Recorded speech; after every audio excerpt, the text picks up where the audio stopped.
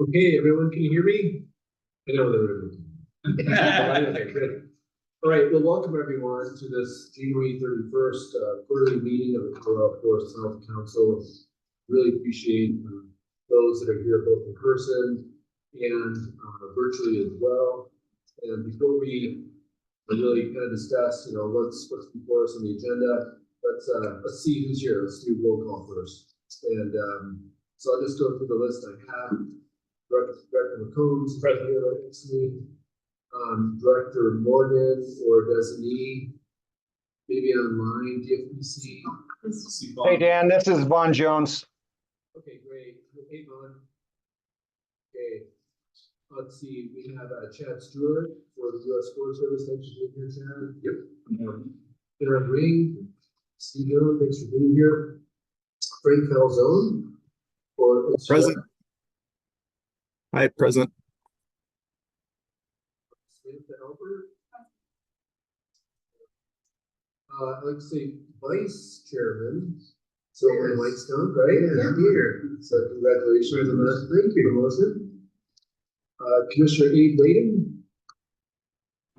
Hey guys, how are you? Good. Commissioner Jody Shattuck McNally. Present. Commissioner Veronica Medina, welcome to Present. your first meeting, I believe, with us. In person? In Yeah. person, exactly. Yeah, good to see you. Thank you. Commissioner Clyde Church. Here. Ethan Bullholtz. Okay, Ethan. Brett Wolk. Hello, everybody. Looking good so far.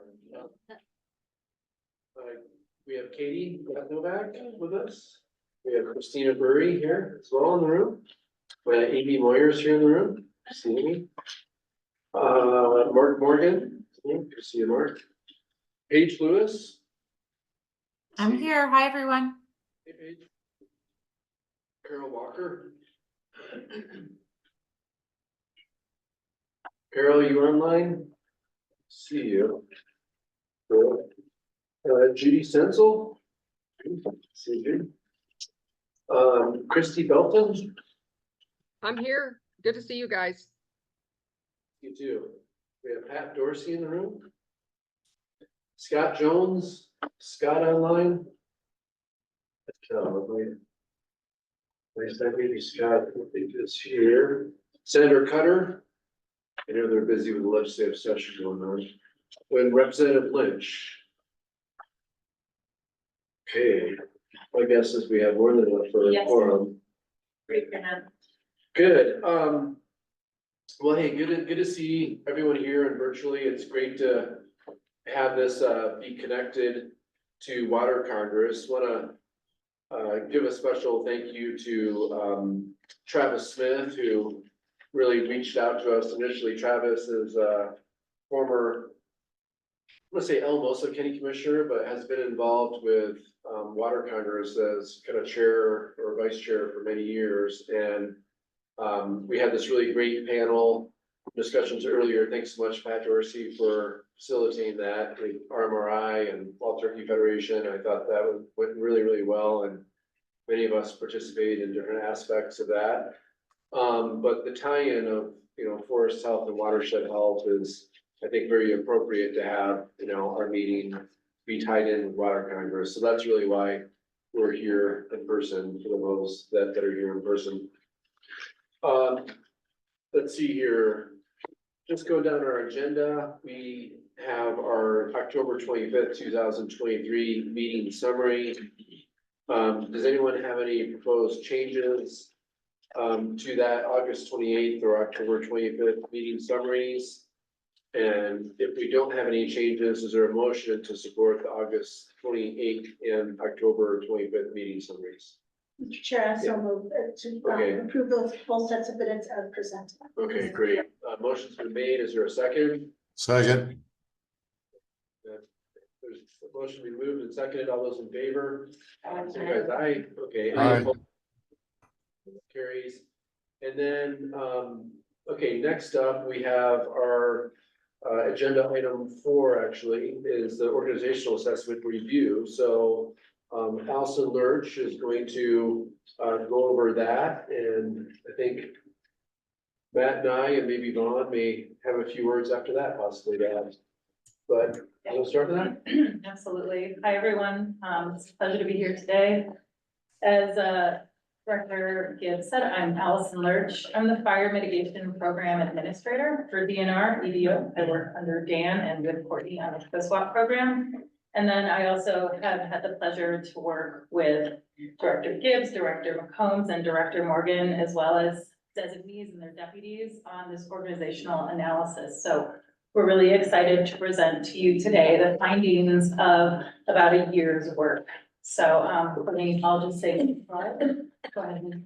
So as the title stated, we're the three organizations went into a process to conduct an organizational analysis of state-supported wildfire mitigation efforts in Colorado. And so for about 10 minutes, I'm gonna walk you through the background and the purpose, why we did it, some of the approaches to the assessment, our findings, and then some of the recommendations. I know Courtney sent out the full final report to you all, and so this presentation does not encompass everything, and I really encourage everyone to take some time and head in there. It's a really nice report to even dig deeper after this. Next slide.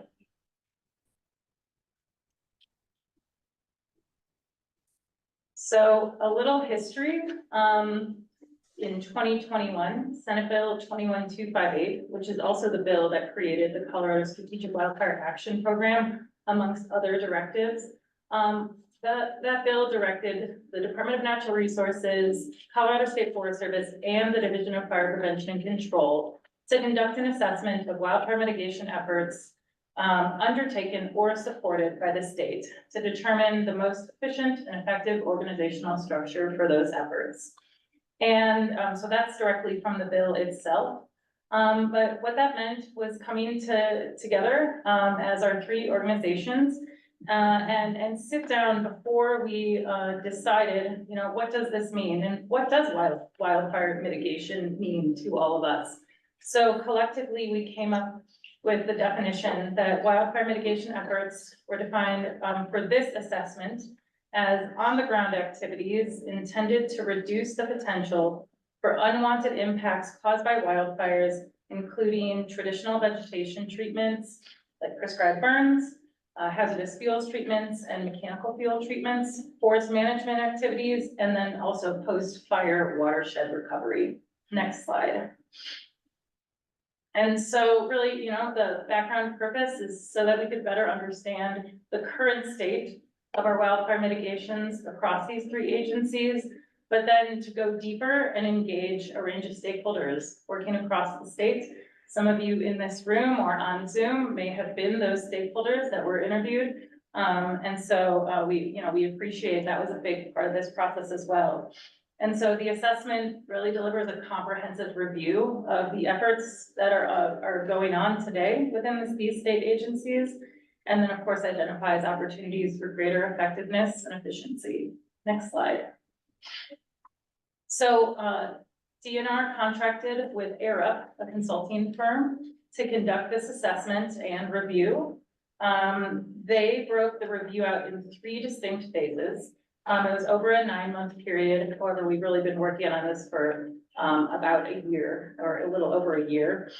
And we did internal and external interviews as well as a survey. Arup received input from 79 stakeholders to gain a comprehensive perspective of the structure, programs, and performance of mitigation efforts today.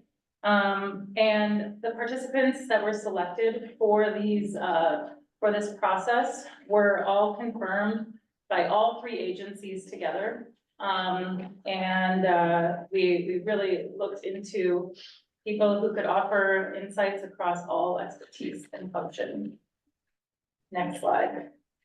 So getting into some of the findings as they were doing this approach, they really felt that wildfire mitigation efforts are guided by strategy defined at that agency level, Thinking of the three agencies at the table here, we are all guided by different different missions and visions, yet at the same time, this is our nexus together, come together. But we have to be guided by our own agency level strategies. Prioritization is definitely the most frequently identified reason for developing a collective strategy. And they go into that a little bit more in the plan itself. But the external partners, they really see value in building a more collective statewide approach together. And we really heard a lot of positive feedback along the way that we do have a collective statewide, vision together right now, but that we can even go deeper. And then our internal teams and our external partners, they do have confidence in the collective skills and capabilities of all three of our organizations. And so that was really great to hear that we have that backing along the way. Next slide.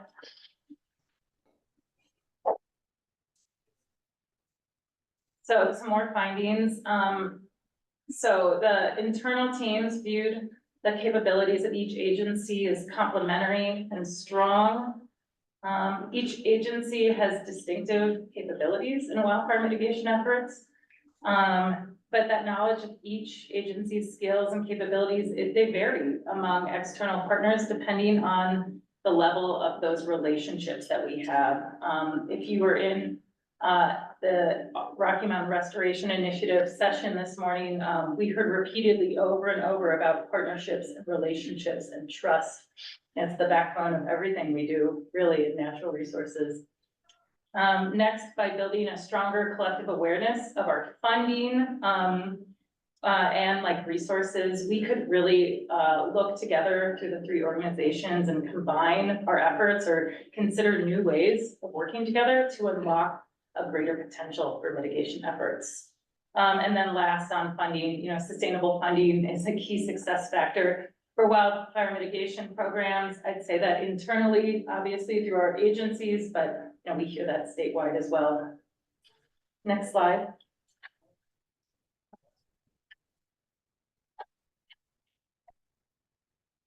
So last on the findings, just on some capacity, workforce capacity, especially on the implementation side, was shown as a challenge across wildfire mitigation efforts within the state. I know I hear it in these notes and we see it here again too.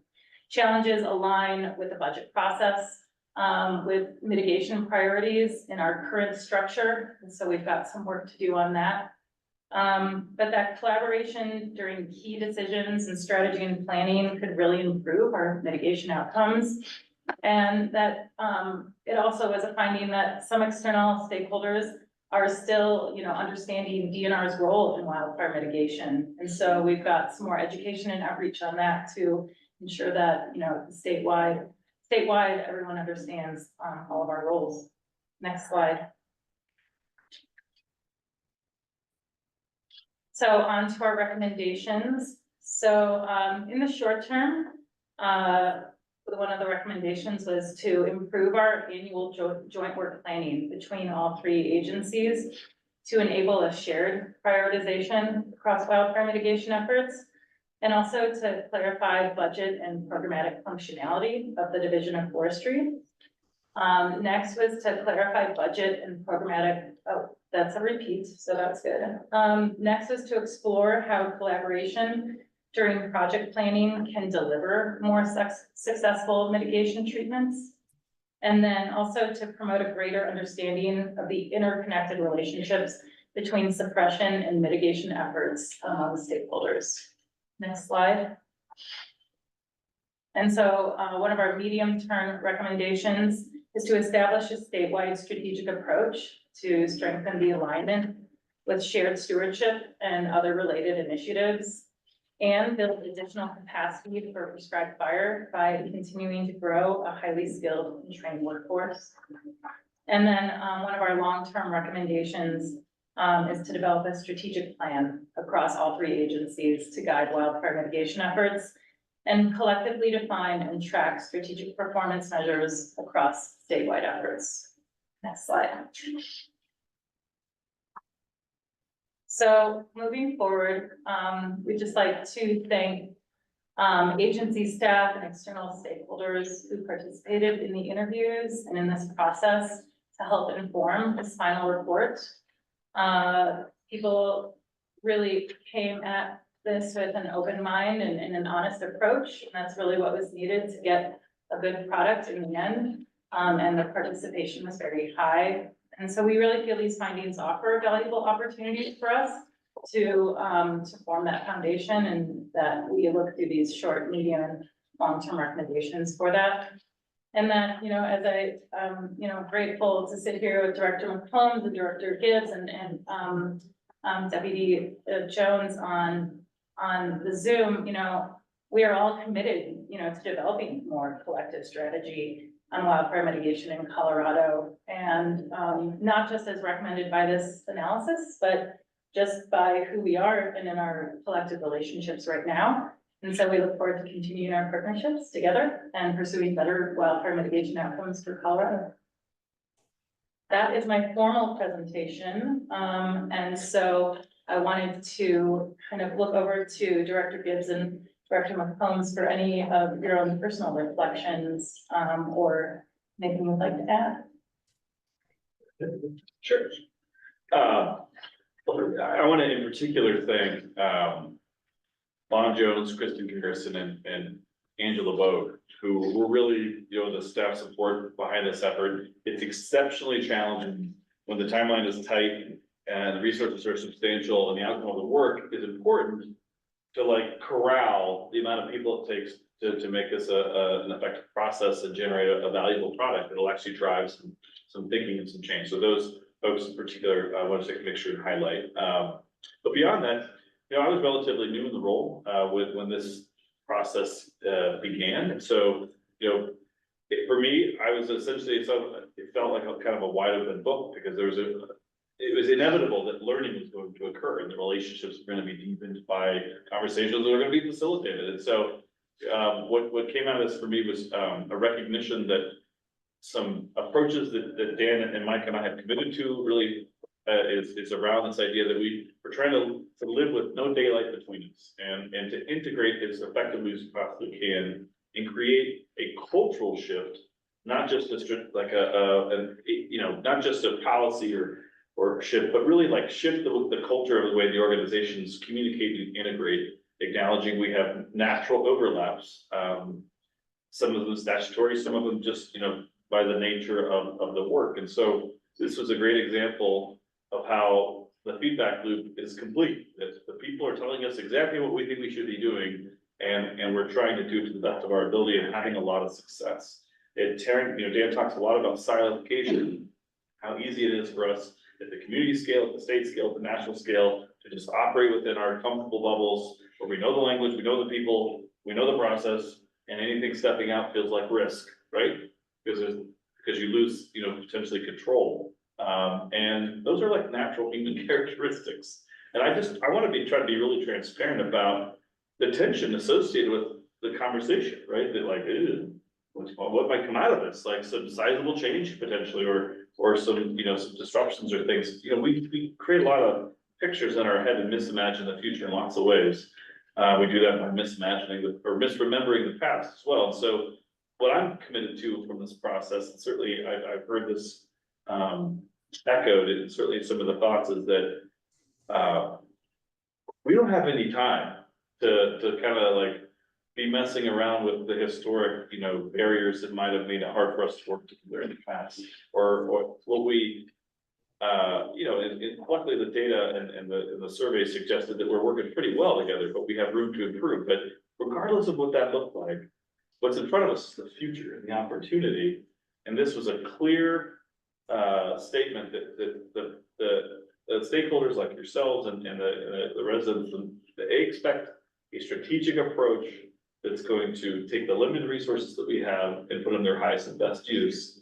And that expectation is rooted in this idea that government should work well, not just for people, but with each other. And I just think that is such a great echo to come out of this study. And it gives me confidence that the approach, in particular with Dan's leadership,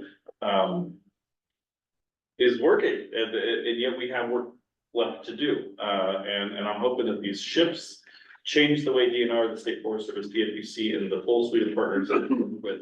Hope that this shift embeds, so that if, like, whatever reason, I get hit by a Mack truck or something, it's not about the existing leadership, it's about the way the organizations go forward together.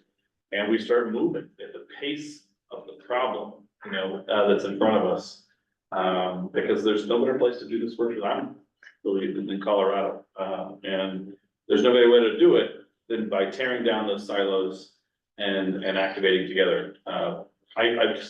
I'm like super excited from the last meetings we had, so if I'm like sounding a little extra, superfluous with my words, it's because I'm just ready to rock.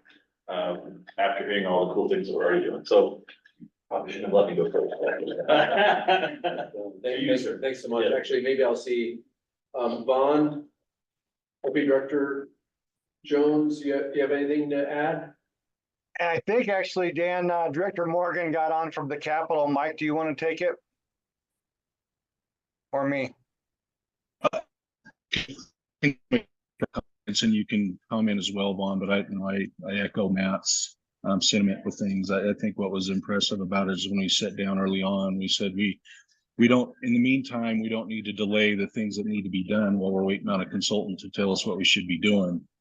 So we continued to work, and I think we've seen the progress of the efforts and the relationships, and I think the classic example of where things are really coming together is the joint prescribed fire working group that has representatives from Forest Health and Fire Commission, and co-chaired by Daniel Beveridge and Rocco Snart, and just seeing the effort continue to go forward because there is so much interlinked space that we're trying to work in. So due to noise and everything else here, I'll stop there, and Vaughn, I'll let you take any other comments you want to add to that.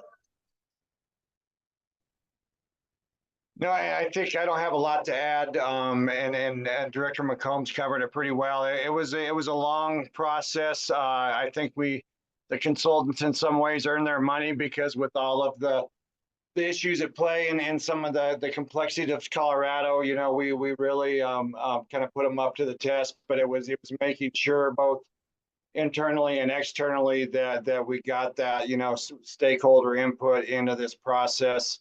And again, just emphasizing that no daylight between us policy, and then, using this and then actually building and follow through on it. So I'll leave it at that, unless folks have specific questions for us.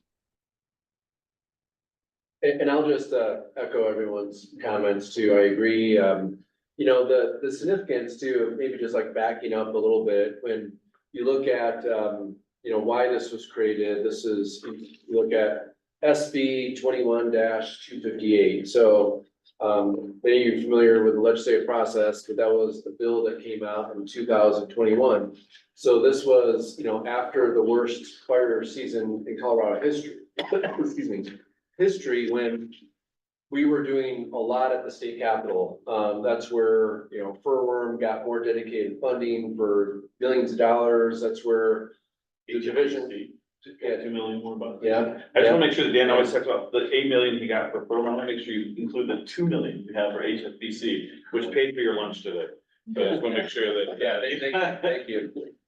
But, various different funding streams, and thinking of, Mike Morgan and Vaughn, Jones, that was also the year that we're successful. You were successful. I remember helping out too, but, with the Firehawks, that was, big for the state of Colorado, to have that kind of leadership where, legislators were like, hey, what more can we do? Well, we need to bring in some more fire apparatus. And then for the DNR, that's also, this bill created the COSWAP program. And so we had legislators saying, hey, we're putting a lot of money into different aspects of mitigation and forest health and fighting fires and so forth. Like, are we really working together, how we should be? And let's do a deep dive of what the roles and responsibilities are, the different departments that folks that are involved with these aspects, and, make sure we're using our state funds wisely. and making sure that, everyone's in the lane that they're supposed to be working on and so forth, and not, with a bunch of extra state resources, frankly, not tripping over each other's feet, while we're trying to like deliver really important, meaningful programs, throughout the state. So I was, happy with the outcomes, and, even before this, I'd say, the three principals within this with you, with Mike and Matt and myself, we communicate often, and we definitely didn't need to have a report to force us to sit around the table to talk about how we do things better, but it did provide an opportunity for not only us to kind of talk about what works well, what doesn't, and so forth, but also just a big thank you, our staff and all the external stakeholders too that were involved. And I'm happy to like kind of just pass this around. This is actually a copy that was before it's finalized, so it says deliberative draft, but I don't think anything changed it. But we had, numerous organizations, I'll just rattle off a few, like Estes Valley Watershed Coalition, Nature Conservancy, US Forest Service, Vale Fire, Professional Firefighters, Colorado Association of Conservation Districts, Colorado Department of Corrections, the BLM, City of Lone Tree, just to name a few, a long list of stakeholders. And I thought that was really important too, to make sure, like, we think we know a thing or two, but, the external stakeholders, which many of you are a part of, also work with us in different roles, and it's really important to get your feedback too. So thank you for putting all this together. So any questions for everyone, like either internal here or online regarding the report? Yeah. Thank you, Mr. Chair. Just a comment and a question. I was thinking about the comment, from this morning about moving at the speed of trust, and knowing that we need to scale up for the pace and scale that we need to be at and urgency. We all are seeing that no light between us and the relationships and collaborating, between you all, and the robust conversations and the willingness to be open and have, conversations that need to be had. How, for me, it's inspiring and heartening to see that. How do we share this with our local landscapes and communities and the public, so that we can also help build that trust with the public, and also, show this relationship and this collaboration? And even with this study, I mean, I can pass this around with my community, but I was thinking about what pace we need to move at, and that quote stuck out to me, saying you can't buy or measure the importance of the relationships and the trust that you're building with each other and in your agencies, and also with the work that we're doing here. So how do you think that would be something good to share with our communities? And I think that would help with building that social licensing, or the trust in the community that we're moving in good directions. Yeah, most definitely. I mean, I think the more we can, share information that, we're working diligently to make sure we're super wise with state money, the taxpayer dollars is extremely important. And I don't always think like we do, just in government in general, like state government, like we do a great job of telling our story of what we're doing and stuff. And I know we always have really great communications folks and stuff, but it's just kind of like, how do you get the word out? Who's the best messenger and so forth? Just thinking of your involvement too, like, CCI would probably really like to know, hey, what was this all about? And Colorado Municipal League as well, and other different, organizations that have kind of a statewide presence. I'd love to make sure we get copies out to different entities, but. And we have actually already started that process. I'm working with Commissioner Del Kemper about getting some more statewide presentations set up to be able to spread the word on this. So that should be coming in the future here too.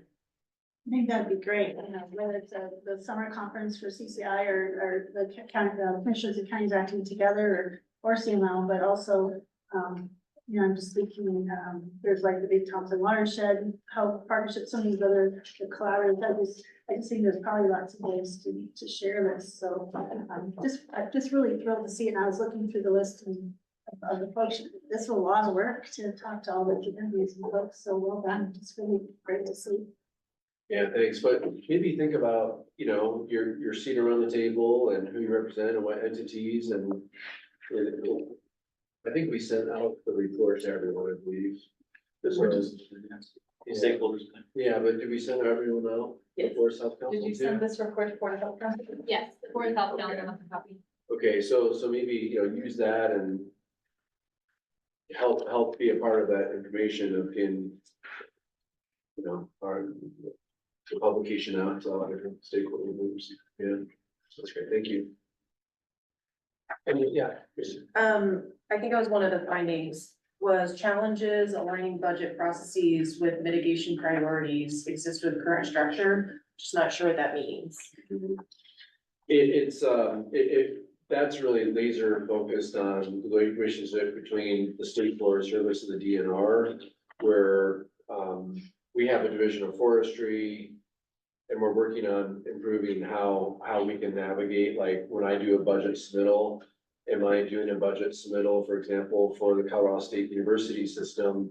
Or are they doing that, or can we align better on making sure that Matt's needs are really taken care of and not, and where they should be, the priority, should it be a double ask through higher education and the DNR, or there's a lot to be kind of figured out with that still, but Yeah. we want to make sure that at the end of the day, that Matt has what he needs and his staffing to meet this moment. I can speak just a little bit. I mean, look, this is sort of, you know, this is the tension associated with these conversations, right? Because it really talks about like, why is there a type 2 agency nested in the Warner College, right? And, you know, I think some of the things that I've articulated, both internally and externally at the university system, is that, you know, there's only 5 of us left in the union that are still nested in a land grant institution. And not all of them are juggernauts for natural resource policy. But CSU is. And so we have this ability to cultivate these unique relationships and draw in and pull in all the resources through extension, through the Center for Collaborative Conservation, through CFRI, the State Natural Heritage Program, all these other centers that are rooted there. And that's really beneficial to Colorado. But at the same time, like, how do you move a divisional budget through, you know, the wild west that can be the DHE competition for resources? Well, we're in active conversations right now with Vice Chancellor Sauvanet and the team there and then with Dan's support. I mean, those are kind of touchy conversations about how do you signal these things and what are the trade-offs associated with that conversation. But, and I'll be completely transparent with this group, be like, that's the touchy situation, you know, for certainly us to be, but at the same time, the work that we do as an organization, we are very much the glue in a lot of places that's pulling these processes across boundaries and activating at a scale that wouldn't be possible without the agency's direct involvement. And, you know, there are going to be some base level needs that have to be captured and advanced and funded to augment the sizable external resources that are coming in. And I'm trying to be as like transparent without getting fired as I can about these challenges. And I gotta tell you that we've got great receptivity at senior leadership at CSU, great advocacy, and you know, what Dan can bring to those conversations is exceptionally valuable as a cabinet level official, but we still gotta figure that out. And we were in that process, but I think this report's been really valuable in the continued conversation of sustainable funding for this agency, the State Forest Service. You know, I keep saying, you know, to my betters, like, we gotta, you know, how are we gonna, and things are challenging right now in higher education. It's really resources. So there's some tension there, but at the same time, I think what's unique about our organizational structure is that these 3 agencies all pull in all of the unique resources that their departmental affiliations allow. And that's PFPC pulls in all the EM and public safety components, and you know, Dan has responsibility for the entire, you know, bracketed organizations are bracketed within DNR, and then, you know, our unique connection to the university allows us to draw them in to this unique synergistic relationship that is very powerful for the state and for its residents and for its resources, but it requires delicate and thoughtful conversations that only have success and bear fruit when there's really solid relationships between leaders. And that's something that I want to honor Mike and Dan in particular, because I'm the new kid on the block for making that an easy transition. But we have a lot more work to do. And that's sustainable resource piece, you know. Deputy Director Mock and myself and others continue to have that conversation, and I think we'll get that elevated and hopefully be able to communicate really clearly to this council, but also to Coloradans in general, how those needs are being met so that we can continue to show up everywhere we are in the state to keep moving forward this agenda of wildfire mitigation, watershed health, and forest health.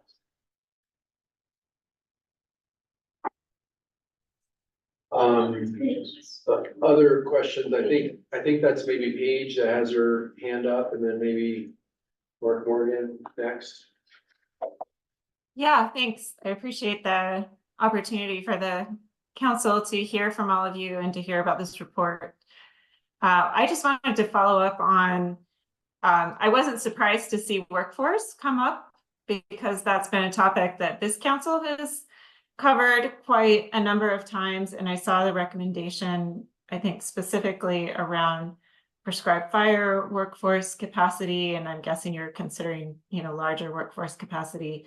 So just wanted to see how you're thinking in both those categories about what capacity the state agencies need, but then also what capacity, NGOs or other private organizations might be incentivized to develop so that we have a larger sort of complementary workforce that can work across boundaries. Hey, thanks, Paige. And I'll kick off and then turn it over. So a couple things. One of the things that we did right out of the gate when I joined the organization was to yard up all the resources that we had, and it advanced some positive improvements in the salaries of the folks that work for the organization. And that has made us we were at the bottom of the pack. We did a huge assessment to consider all the different state forestry agencies as well as our competitors for talent. And we were kind of in the bottom.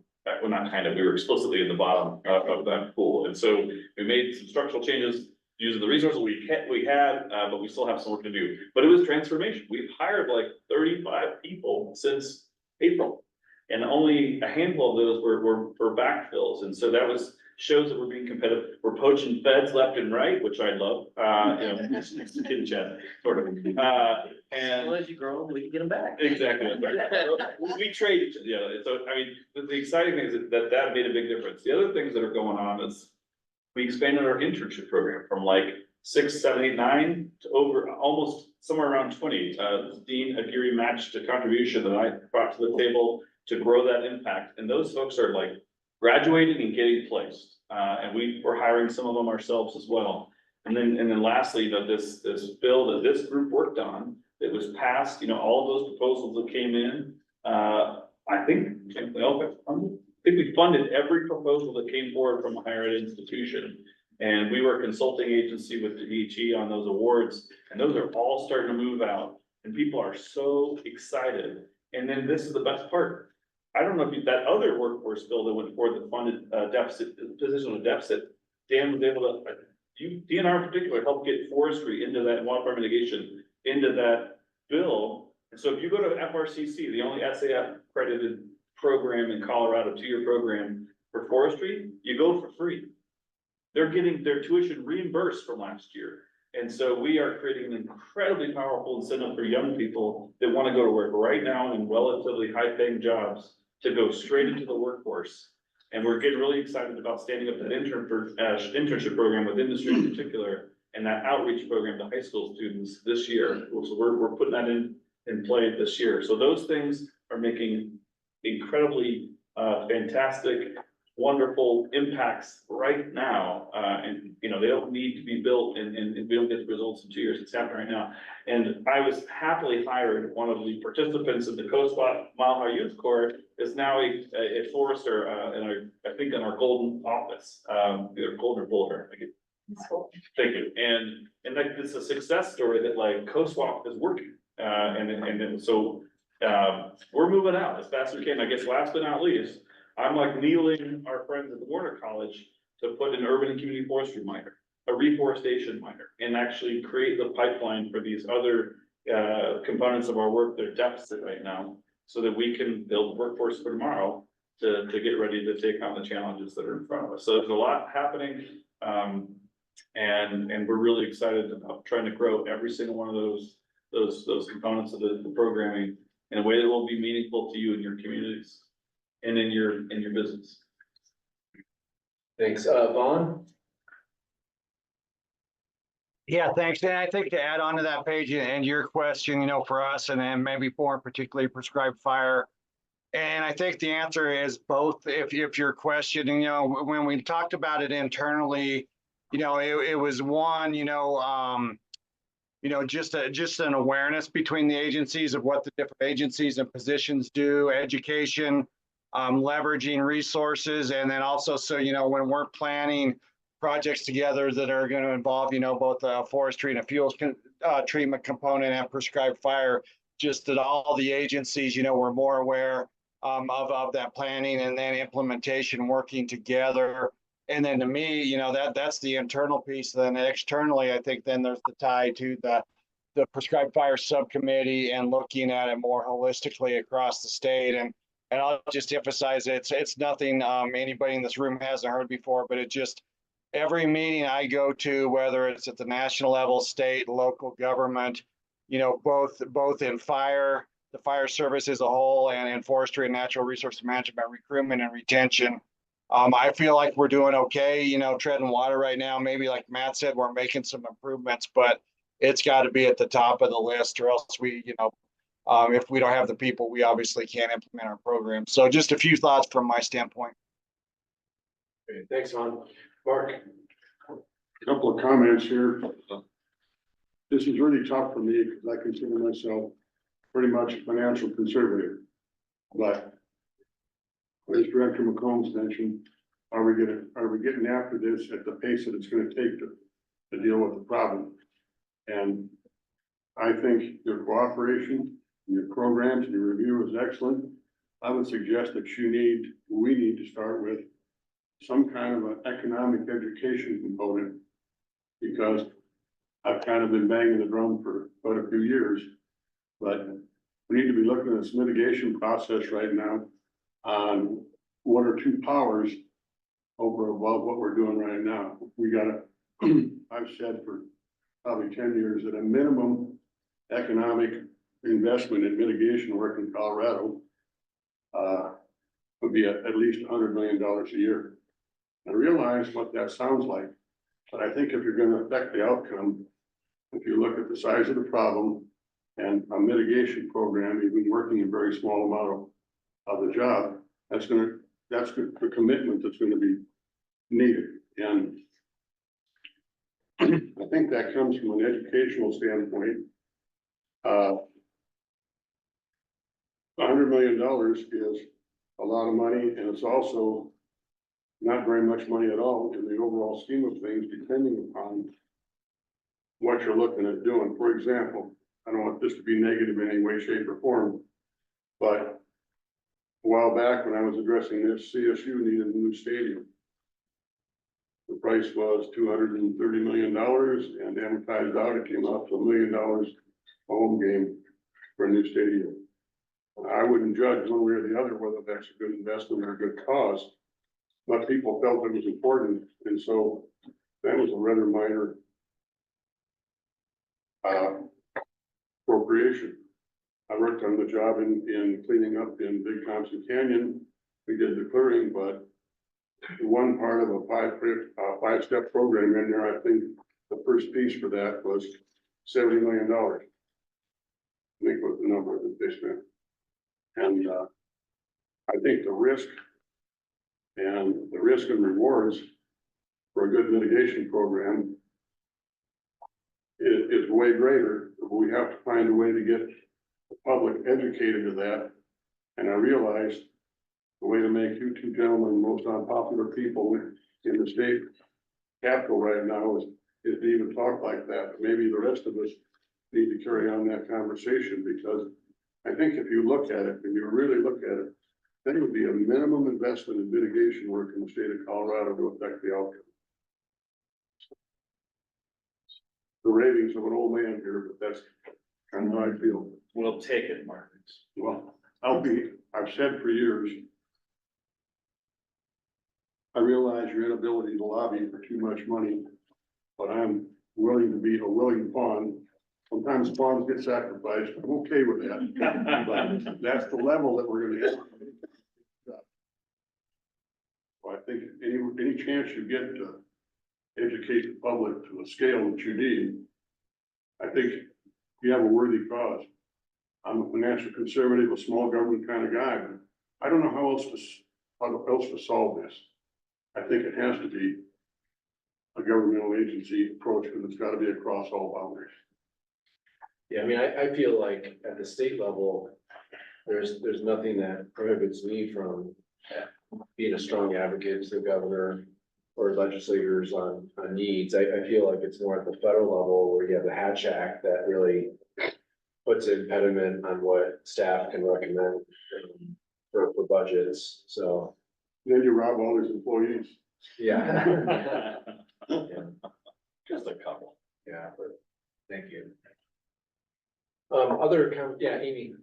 Yeah, thanks for this report, and I think, this report is really well timed and really emblematic of how the agencies have worked well together to even get to this point to do this internal analysis. And we touched on it a little bit with Christina's question, but I'm wondering if you can talk about what to expect with some of the improvements in annual joint planning as one of the near-term recommendations, how best to potentially utilize the Division of Forestry within DNR. Matt or Mike? So, does anyone know the history of the Division of Forestry? It's kind of a fascinating one, right? So Greg Walter was the DNR director at the time. So this goes back to 2002. And if you are a Grand Junction Sentinel paper reader, you'll read this column from time to time, but, it was intended. So there's always been this inherent tension, right? About like, why is this state forestry agency vested in CSU as opposed to in the department that houses the rest of the resource programs for the state? And I want to lean into that and not be, and try to be transparent about like that inherent tension. And there have been times over the years where different administrations have thought that the consolidation effort should occur for a variety of reasons. And I think this Division of Forestry, the statute that directed it, was designed to interlace the different institutions in a way that they would work as if, it literally says in the bill, as if a type 2 agency transfer had occurred.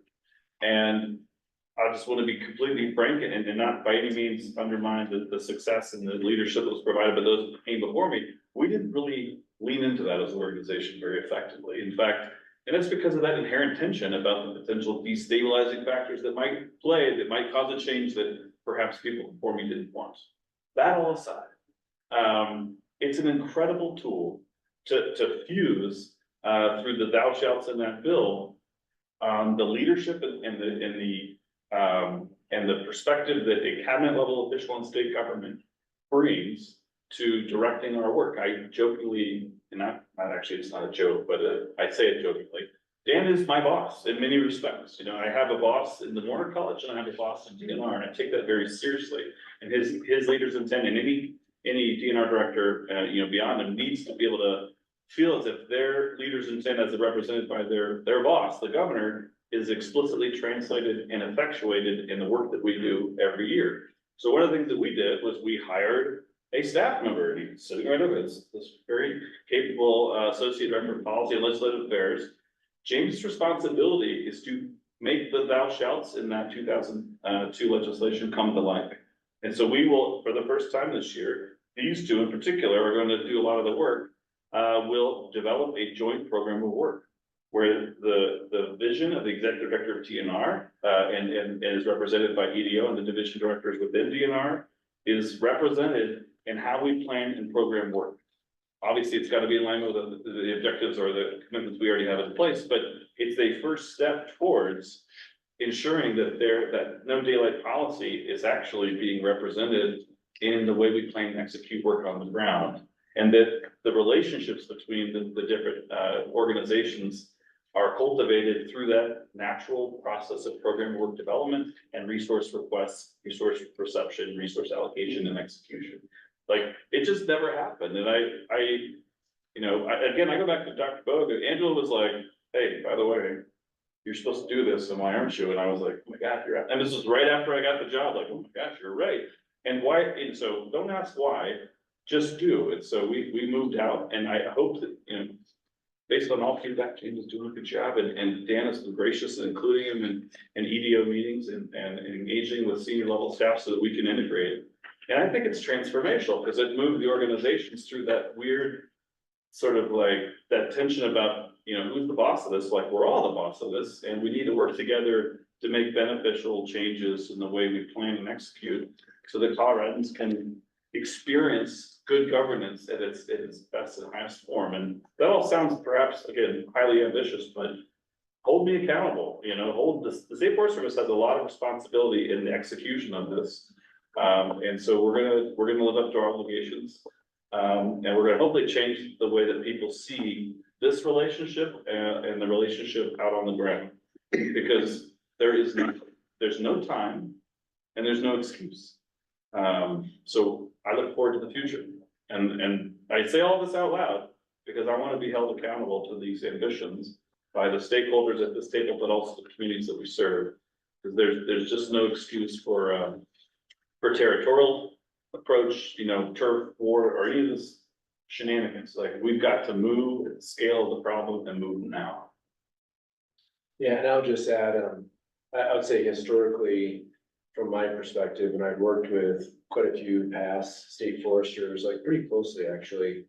But I've noticed, state foresters would be like, hey, I got this, we recognize that, there's this unique relationship with Department of Natural Resources, but, we got this, like, don't, You're not the boss of me. Exactly, yeah, just kind of like, just back off, kind of,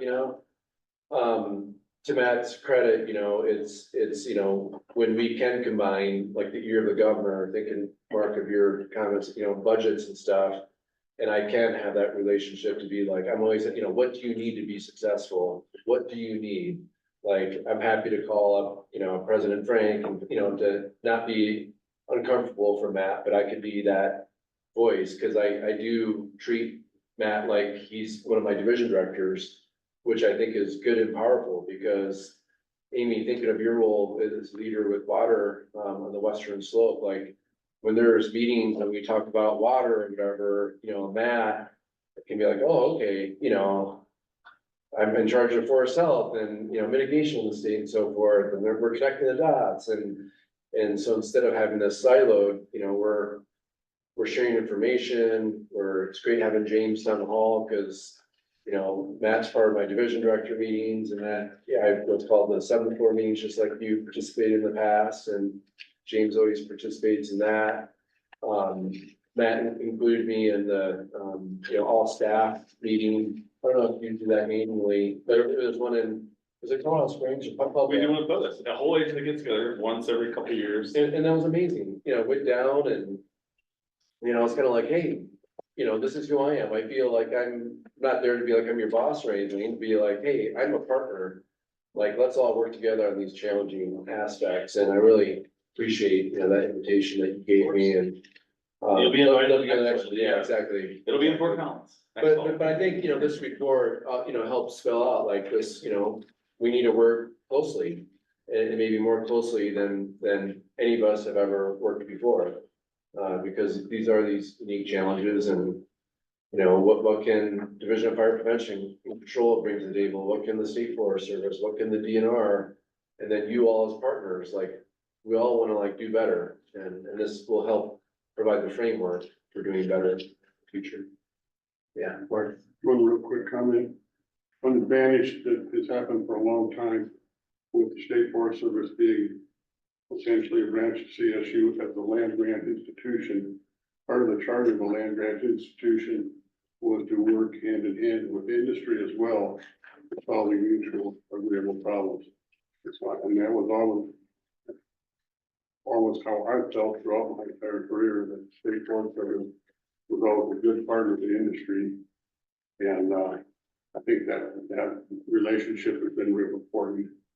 And that's one of the reasons that I was a proponent of it being tied to CSU, was for the research efforts that were done to help industry solve their problems, that helped you guys solve your land management problems. Yeah, I agree, there's values and how it is, valuable, how it is, and also, you know, just think of the budget stuff, like, well, my bigger concern moving forward is that Matt has really important needs for the state of Colorado, and I don't want a new stadium to be burying his, you know, needs as a state, you know, or whatever it may be that a higher education institution has, like, there's so many priorities that are so important. But, you know, yeah, I wanna be his biggest advocate, to be like, you know, what do you need, and let's figure out the path to make sure that he's successful.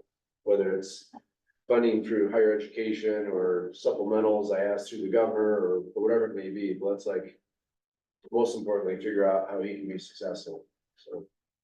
You already told me you're all playing on the same team, let's get after it. Yeah, exactly. I'm gonna use the term this morning, let's get buck wild. I mean, that's what it's gonna require. Great.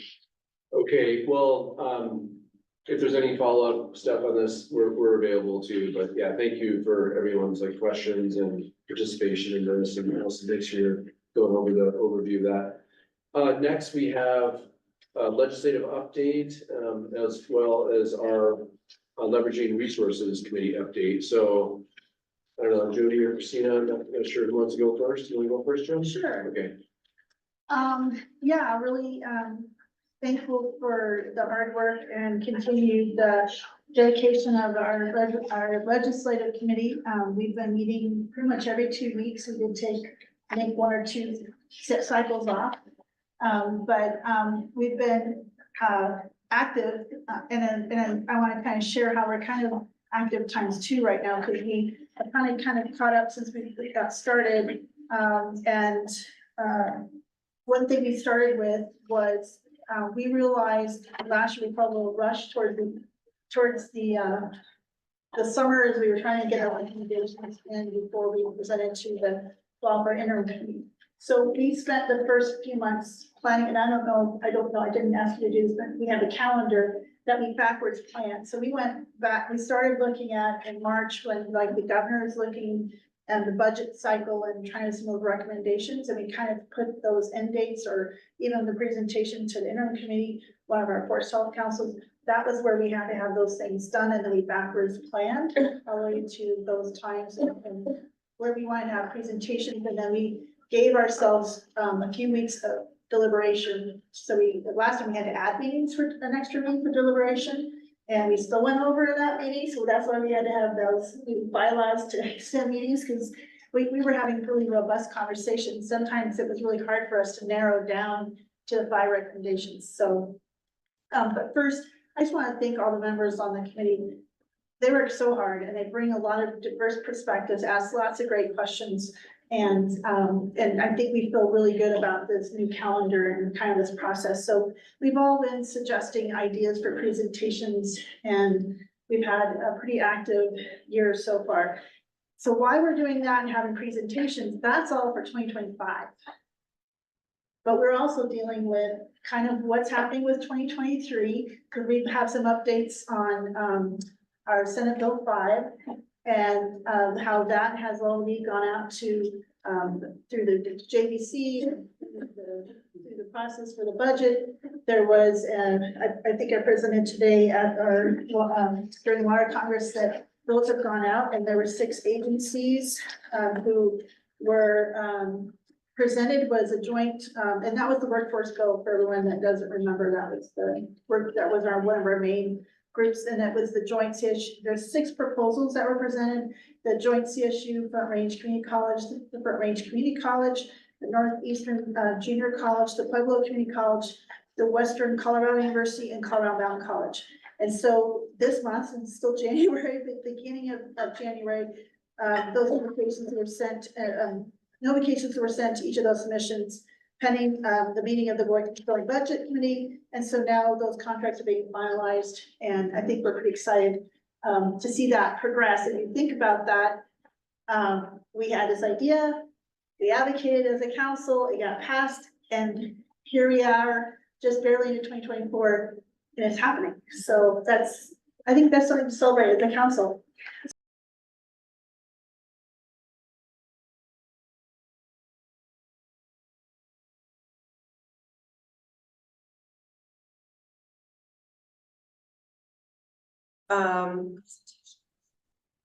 From Utah, Watershed Restoration Initiative and CAL FIRE. So both of those states have, like a forest tracking device and have really robust programs, for forest mitigation, and leveraging resources in particular. So we had two meetings. One was focused on Utah's Watershed Restoration Initiative. And then the second meeting was, CAL FIRE, their Deputy Director of Climate and Energy. And so we learned a lot from those meetings and presentations. I have some key takeaways, just to share with you all, from the committee's perspective, what we learned, like some big takeaways. But also thinking how this can help inform, we had the conversation at the committee, how this can help inform our 30-year strategy. So one thing that really stood out from Utah was, it's really small, but they have a graphic that basically says, here's our watershed restoration initiative by the numbers, $377 million total invested. That's huge. I mean, that's impressive. 920 million total economic output, 700 plus funding partners, 2,700 total projects completed, 2.5 million acres restored. So in one graphic, I feel like they showcase how much funding and resources are being leveraged. And it was Commissioner Shattuck McNally that actually brought up, what's Colorado's graphic? What's our graphic? What does that look like? And I think that will tie in really nicely what, these things that we learned from Utah and CAL FIRE, how this can inform Colorado's graphic. I think that was a fantastic insight and comment. And so that was certainly a big takeaway, is the ability for Utah to leverage and pool all the numbers collectively. And that sends a really powerful message. It's an 18-year-old state-led partnership to improve high priority watersheds in Utah. Brett brought up a really great point about Utah's biggest impact in leveraging expertise and resources was not just the grant funding, but the fact that they provided food and snacks for meetings. So Brett asked the question of the Utah speaker, what do you think that you did that really, created this level of collaboration? And he was like, just buying food and snacks for meetings, just providing lunch for people. So we learned a lot from that. They have a whole ranking system for how they award projects. They have a project tracking website. They have 5 regional teams that evaluate the projects. And so we did have some questions about how this is staffed. They have a director. They have approximately, it looks like, 3 other staff that help with the financial component, and then they kind of have like these regional teams of volunteers that help decide on projects. So again, lots to learn from Utah. CAL FIRE key takeaways. They have a treatment dashboard where they're tracking all of their projects. Sometimes when we're tracking accomplishments spatially and with projects, we kind of get wrapped around the axle about what does it mean to treat an acre. So they have actually come up with like a glossary to help everyone get on the same page for common terminology. Like there is project activity versus footprint. So activity is mastication, but the footprint could include mastication and then pile burning on the same parcel. So we learned a lot for how they track accomplishments and also define things very clearly, for the people involved, for the stakeholders. They have an action plan, they have 4 goals in the action plan: increase pace and scale of forest health projects, strengthen protection of communities, manage forests to achieve state's economic and environmental goals, and then drive innovation and measure progress. So each goal has a key action and then a more cohesive approach for funding.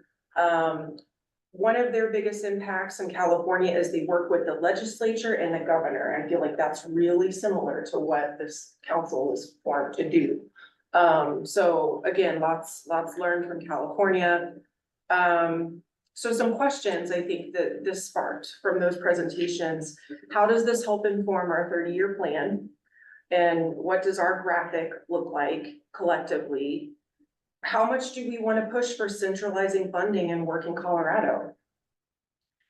Based on California's regions and resource kits, are there opportunities to engage with our level of regions, which is the Basin Roundtables? Thinking about, this is Water Congress, I know that's come up with how we engage with the Basin Roundtables. So that's certainly a question that was sparked from these presentations. Could we offer to do presentations or collaborations with the roundtables? So I think definitely there's a lot of opportunity to engage, not just with Water Congress, but the individual basins themselves, basin roundtables. Another question that we talked about was, could we incentivize collaboration through state funding? Could we follow models like the Collaborative Forest Landscape Restoration Program for a more holistic approach to data reporting? This was a comment, I believe, from Commissioner Clyde Church about how CFLRP tracks both US Forest Service and BLM data, and that was really unique. So maybe we could use some lessons learned from CFLRP. And then how do we incorporate all the perspectives in collaboration? And through the examples of Utah and California, do the tools like their data tracking websites accelerate the pace? Or how difficult was it to standardize among all the groups? So these were just some things that we learned and discussion points that I hope will help inform our 30-year strategy and the work that we're doing. So I'm curious, any committee members have any other insights from those 2 presentations that they want to share? No, I think you did a great job. Go ahead. Yeah, I think so. Yeah. BLM's been participant in the WRI. So we typically have put in $8 to $12 million a year. And that's, all of our project money. So that's, fuels, forestry, wildlife, any project dollars, basically they funnel through this WRI. And basically it's the state, it's kind of running the show. It's like the banker, so to speak. And they have the regional, committees, I don't know what they call committees, whatever, that prioritize all the projects. And they just fund them until they run out of money. That's how they do it every year. So I would say it's a pretty large undertaking to centralize all that stuff, because someone's got to pay to do that, and it takes time, right? But after a few years, could be pretty efficient. The biggest thing that I liked what he talked about was that all of that's transparent. So the rankings, the prioritization, so the public can go in there and see why do they first get them on, why, so it's completely transparent.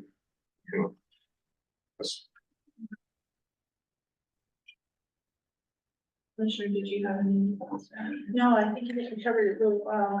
And the only other thing I would say about, when something that kind of still has me thinking about the 2 presentations from CAL FIRE and Utah is, what does that look like for like I talked about our graphic, because we have Colorado water law, which is way different than anyone else. Yeah. And so how does that tell our story? And when you talk about the dashboard too, when we talked about telling our story, I'm wondering, I went to the website, our website, I'm wondering, as we tell our story, we have these successes that we put in reports, but maybe we need some kind of extra link on there to say 2023, we had this done, and now look, here's these programs funded, or 2024, we did this, here's a copy of the guide, and here's the forest track, so people, can go back, like you always say, one of us does it all around, who's telling a story and how people can go back and say, wow, these guys covered a lot. We're trying to do that as a county too. You know, with our behavioral health, are we seeing a decrease in suicide? Yes, it's working, right? When you say it's, directly related, no, but it's certainly one of the few areas in the country that has seen a decrease. So, I'm just wondering how we share this, work. And also I think it feeds back into the state legislature and the governor showing that, hey, it's working, they're doing great work and help us kind of keep that momentum going forward. It's just some thoughts I had going to the website, kind of not critical, but I was just like, I had to go look for some things and I thought, well, if we want the public to learn more and people to go, how do we structure that for people to hear? Yeah. Because if you go to the WRI website, the first thing that pops up is how much money they spent, how many acres they treated, blah, blah, blah. So I mean, it's like right there. Yeah. And there's another good one too, it's ideology, like Idaho Department of Lands. They have a really good GNA. It's like a scrolling storybook almost, where you scroll down and you can see pictures of what they're doing, graphs of acres treated, all this good stuff. It's really like, you can see everything they're doing. I mean, it's specific to their GNA stuff, but something similar could easily be done for projects in Colorado. Yeah, it's great. I think, Local Places 2050 has a story thing kind of like that now too. And we do that for Healthy Forest Vibrant Communities. If you go to our Healthy Forest, again, it's like one of our most flexible and most important resources. And so we want to defend that $2 million of continuously appropriated funding, the most rarest unicorns of unicorn, right? In the state. So you got to show that. And so we have a very powerful, consistently updated story. What is that actually called? Storyboard. That's the ArcGIS storyboard. And so it's really important to continue to show folks that their investments are getting return. And it's once you're a reliable investment that generates high returns, people generally will get comfortable investing. And that's the same for any marketplace. So I think we have some great models in the state. We just need to start holding them in. And, we're talking about, this is another way to gain from the state forestry agencies that we partner with. I mean, we're in the Council of Western State Foresters, the National Association of State, like, we can really call these people and be like, hey, and it doesn't have to, just be sort of this staff to staff. We can do that at that leadership level. And, we could potentially regionalize some of these things over time, because we're trying to organize around this like border to border, desert to plains concept. Because we don't acknowledge that we're interlaced and we're never gonna get, to the point where we can integrate here in the state, where we regionally, but we should build on each other's working models and successes, not try to, start from scratch, because that just won't, there's not enough time. So I really appreciate in particular that you've reached out and engaged with these existing models, and then we'll learn from them, so we're not starting from scratch. It's so helpful. Thank you. Question for the two of you. Did either of those models, account for volunteer time? I know in Southwest RMRI, when you roll up the amount of capacity and the dollars per hour that volunteers provide, it was astounding. It was almost equal to the investment, that we had made financially in that landscape. So, I don't know how they account for that. I'm sure they do. But the actual mechanics behind it, I don't know. But I can add it to our list of questions. I think on the WRI side, it has in time right there on Oh. the front page. yeah, because it's astounding. It's a lot. It's a Yeah. lot. Yeah. No, that's a great question. And then in addition, so just for the general committee update, so some more updates on accomplishments out of the committee. So with the forest resilience guide, again, thanks to the State Forest Service for picking up the tab on that. Was that the Healthy Forest Vibrant? So I think that's been in a good spot. So I gave a little bit of an update this morning, but a little bit more in depth. So there's like a committee within a committee. So Brett Wolk, Katie, myself, and Diana with the State Forest Service have a little subcommittee to first come up with the scope of work and request for proposals. And then we did have 2 submittals originally. One was over budget and one was not impressive. And so luckily Diana was able to, you know, with all of us working on how we could negotiate that scope down from the consultant. It sounds like that negotiation was successful, and thanks to Diana for managing that. I think Terry lagged. Right in our contract. Yeah. So it looks like that's moving forward. So we're hoping to get the consultant on board. You all may see some kind of updates or requests for engagement, either through the committee and or maybe through the Forest Health Council as appropriate, as this guide is being formed. So stay tuned for that. There will be some more engagement on that guide. I heard from Commissioner Felt this morning, he was really excited about it, so I think that's great feedback. And for the forest tracker, I know Brett maybe wanted to give just like a brief update on that, but it sounds like, I mean, that's in place. People just need to go in and add their data. So Brett, okay, you popped on camera. Did you want to provide your update? You're like, no. Okay, it looks like Commissioner Church has his Brett, range. we can't hear Brett. Yeah. There we go. Now my audio is fixed. Why don't you go first, and then Church after that has a question. Yeah, that's all right. All right. Yeah, the Forest Tracker, the update's pretty short and sweet. We really appreciate everyone who submitted data across the state. It was a good mix of different agencies and different kinds of data. That's really going to help us refine moving forward how we're collecting it and making it more efficient and better for everyone. I think one of the biggest updates is by launching this Forest Tracker and doing a push to gather data and standardize some data collection. It's had kind of a surprisingly large impact on helping collaborative groups and partners and different agencies around the state organize their data more locally. And really a big compliment to kind of this workforce capacity conversation. State Forest Service has hired a lot of GIS staff, Nick Kotlinski, Rebecca, and they're, Amanda West Fordham with leadership in Science and Data Division is providing a lot of support to a lot of people around the state to help organize their data. So that's been a really great outcome before we even get to the statewide picture. So we're working through all of the data right now and trying to figure out how it matches. The conversations with California and Utah have been incredibly valuable for us as well. And we've had additional follow-up with both of those states on some behind the scenes, digging into the data and that kind of thing on how they're managing it. So still aiming for a probably late spring release of a beta version of the tracker. Thanks, Brett. Great, thanks so much. Commissioner Church, question.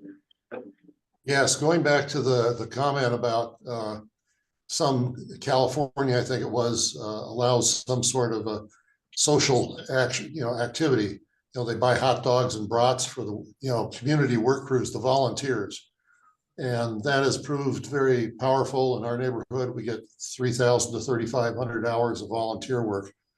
And we bought them a few chainsaws through a grant. We have a chipper, and we share our chipper with other HOAs in the region. So empowerment to volunteers buys you a lot of return on investment. I think it's a wise, it sounds funny, buying hot dogs and brats, but it leverages that resource of free labor. Awesome, thank you. Any other questions or comments for the two chairs of the respective committees? Seeing none, thanks so much for your leadership, both of you, for taking on these committees. It's a lot of work and we really appreciate it. Okay, next up, I think we have Julie Shapiro here online to talk about the Colorado's outdoor strategy. Yeah, thanks, Director Gibbs. And thanks to all for having me. Sorry I couldn't be there in person today. The logistics were just not possible.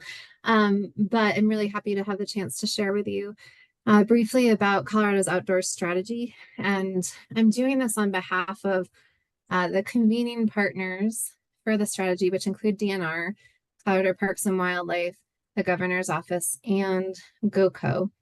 And then there are many, many partners, as you'll see, that are involved in this. So I'm going to go ahead and share screen. And I hope that works for you all.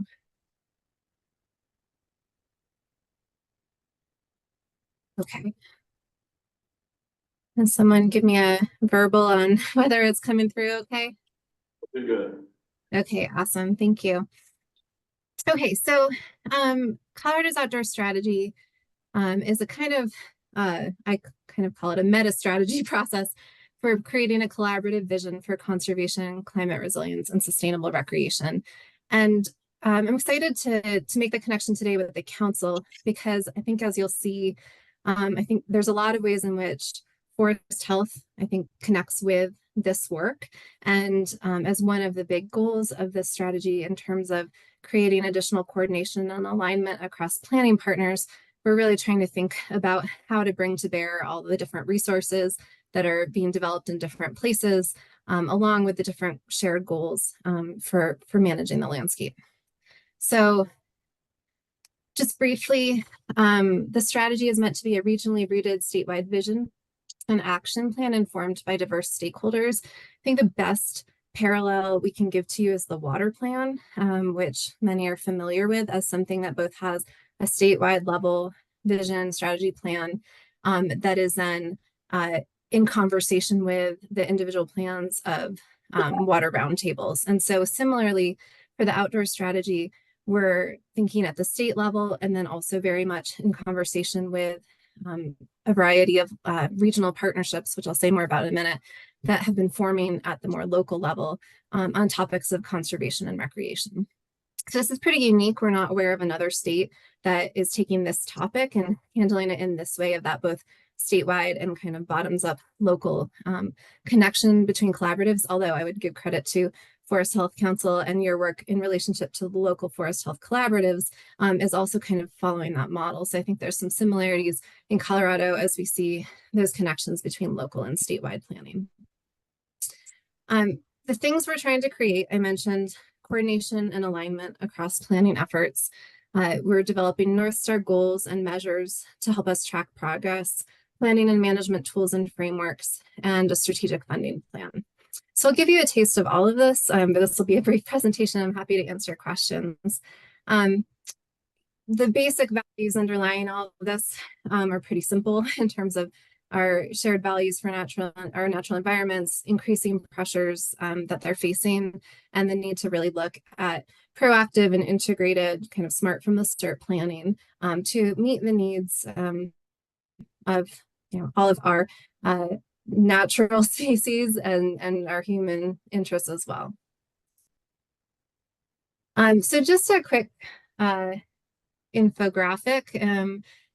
By the numbers, one of the things we've been doing for this effort is to look at all of the plans in the state, whether they're federal, state, or local agency plans, or plans that are statewide plans, but coming from private sector partners that are intersecting with these concepts of conservation, sustainable recreation, and climate. And the work we've done has analyzed 532 plans that fall into that category or that touch those topics in some ways, 20 million words. And something I like to emphasize is that Colorado's outdoor strategy is not meant to be number 533. It's meant to help look across the 532 and try to elevate those big goals, measures, and tools and resources to support the planning that's happening in all of these different realms with some alignment and coordination along the way. The regional rooted part of all of this comes about from a 2020 executive order signed by Governor Polis that launched the Regional Partnerships Initiative. And regional partnerships are those more locally based multi-stakeholder efforts that are looking at integrated conservation and recreation planning bringing a lot of voices to the table. That executive order also created the Interagency Conservation and Recreation Council, which DNR coordinates and is meant to bring together lots of different state agencies beyond just those convening partners that I mentioned to be talking about all of these issues and how they intersect. So there's been about $5 million most recently invested into the Regional Partnerships Initiative. And as you can see, it's still growing. It's not in all places of the state. With the most recent award round, there were 18 regional partnerships now in place, and some work to do still, especially in the Eastern Plains, but pretty good progress for the past few years. And each of the partnerships are in different places of convening and planning, which again is part of the role of strategy and helping to provide some common data sets, tools, and just kind of a planning landscape with resources to support all of these efforts. Leading the consulting team for this effort. So at Keystone Policy Center, we're a non-advocacy, nonprofit organization focused on collaborative problem solving. And we are working with recreation planners at SE Group and CU Boulder's Masters in the Environment. We're working with Colorado Natural Heritage Program. We're working with additional consulting on tribal and indigenous engagement from Mending Mountains Collective. And also we've just brought on a communications consultant. So it's kind of a big team of different kinds of expertise that we're coordinating. And that's just a piece of the puzzle because we're bringing a lot of other partners and expertise as well. Right now, we are about a year into our effort. We started with scoping, just trying to get a handle of what this could and should be. We've been heavily in committee phases the past 5 or 6 months, articulating goals and looking at data available and how those could be built into measures and relevant tools. We'll be doing broader outreach later, a little later this spring. Opportunities maybe to come back and get some of your feedback on some of the specifics. And how to maybe think about how these different strategies and the work on forest health and conservation and rec can reinforce each other. And then once the strategy is drafted, we'll launch it in early 2025, but then it's really about adaptive management and iteration from there. I also want to take a moment to say it's a strategy and it's not a plan because it's trying to stay at that high level and not be prescriptive as to what's going to happen on the ground, but rather kind of frame up some of the key outcomes and goals. So just a few more on a few more slides on the details. I had already articulated earlier some of these key things we're trying to do: goals, measures, tools, coordination, funding. Again, that's all in the service of this broader vision and outcomes for the landscape related to conservation, rec, and climate.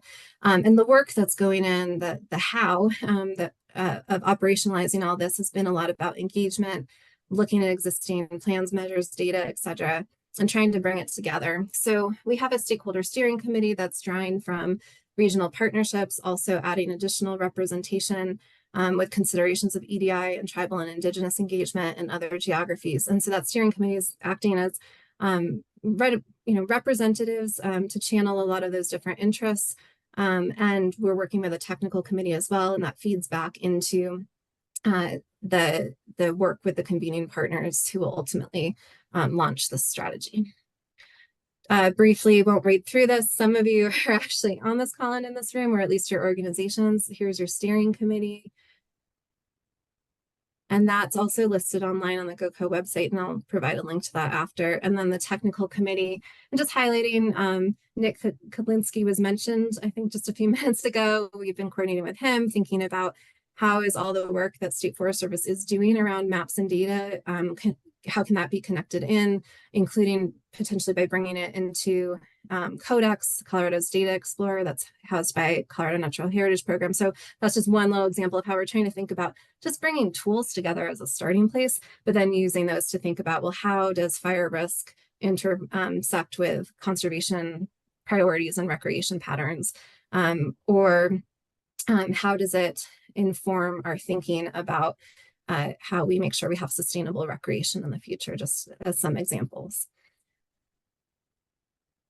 So just really briefly, the goals that we've been working on and that we're working on, detailing through a lot of specific measures, metrics, tools are around climate resilient conservation, So biodiversity, resilient, climate resilient and connected ecosystems and high functioning ecosystem services. Recreation and outdoor experiences includes everything from having really exceptional experiences and equitable experiences for residents and visitors, as well as making sure that those experiences and the amenities are sustainable. And then thinking about economies as well. We're thinking a lot about funding and capacity as well, and how much is going towards or could go towards shared goals, shared efforts and strategies. And how do we make sure that that planning is inclusive? Last couple of slides, just kind of more of a visual around how these things link up: vision, goals, measures, metrics, planning, resources. And again, a lot of this is trying to set the table to think about how the work that's happening currently supports these goals across a lot of different agencies, strategies, partnerships, and also thinking about the roles and the needs going forward to keep advancing that work and maybe fill in any gaps. We'll bring things together spatially and in other ways with online toolkits. I've called out right here the Forest Atlas, wildfire risk maps, and other layers that we think will be important to that proactive planning. And in the end, yes, we will have a few more words on paper. There will be a traditional strategy narrative, but a lot of it will be about setting in motion these goals and activities and ways to track progress over time. Story maps, online toolkits, etc., as well, just as were mentioned in your last session. So that's all I have as far as the presentation goes, and I just welcome the chance to answer any questions for you. I'll drop the link to the webpage in the chat as well. It's pretty basic, but we'll have more rolling out this spring. And I know some of you are part of this effort, so also welcome you to chime in if you want to reinforce things that are particularly relevant, you think, for the Forest Health Council. So thanks again for the chance to present, and welcome your questions. Thanks, Julie. So Dan had to step out briefly, so I'll take the facilitation role here. Any questions? Yes. Thank you, Director McCombs. Hi, Julie. It's Jody Shedden now.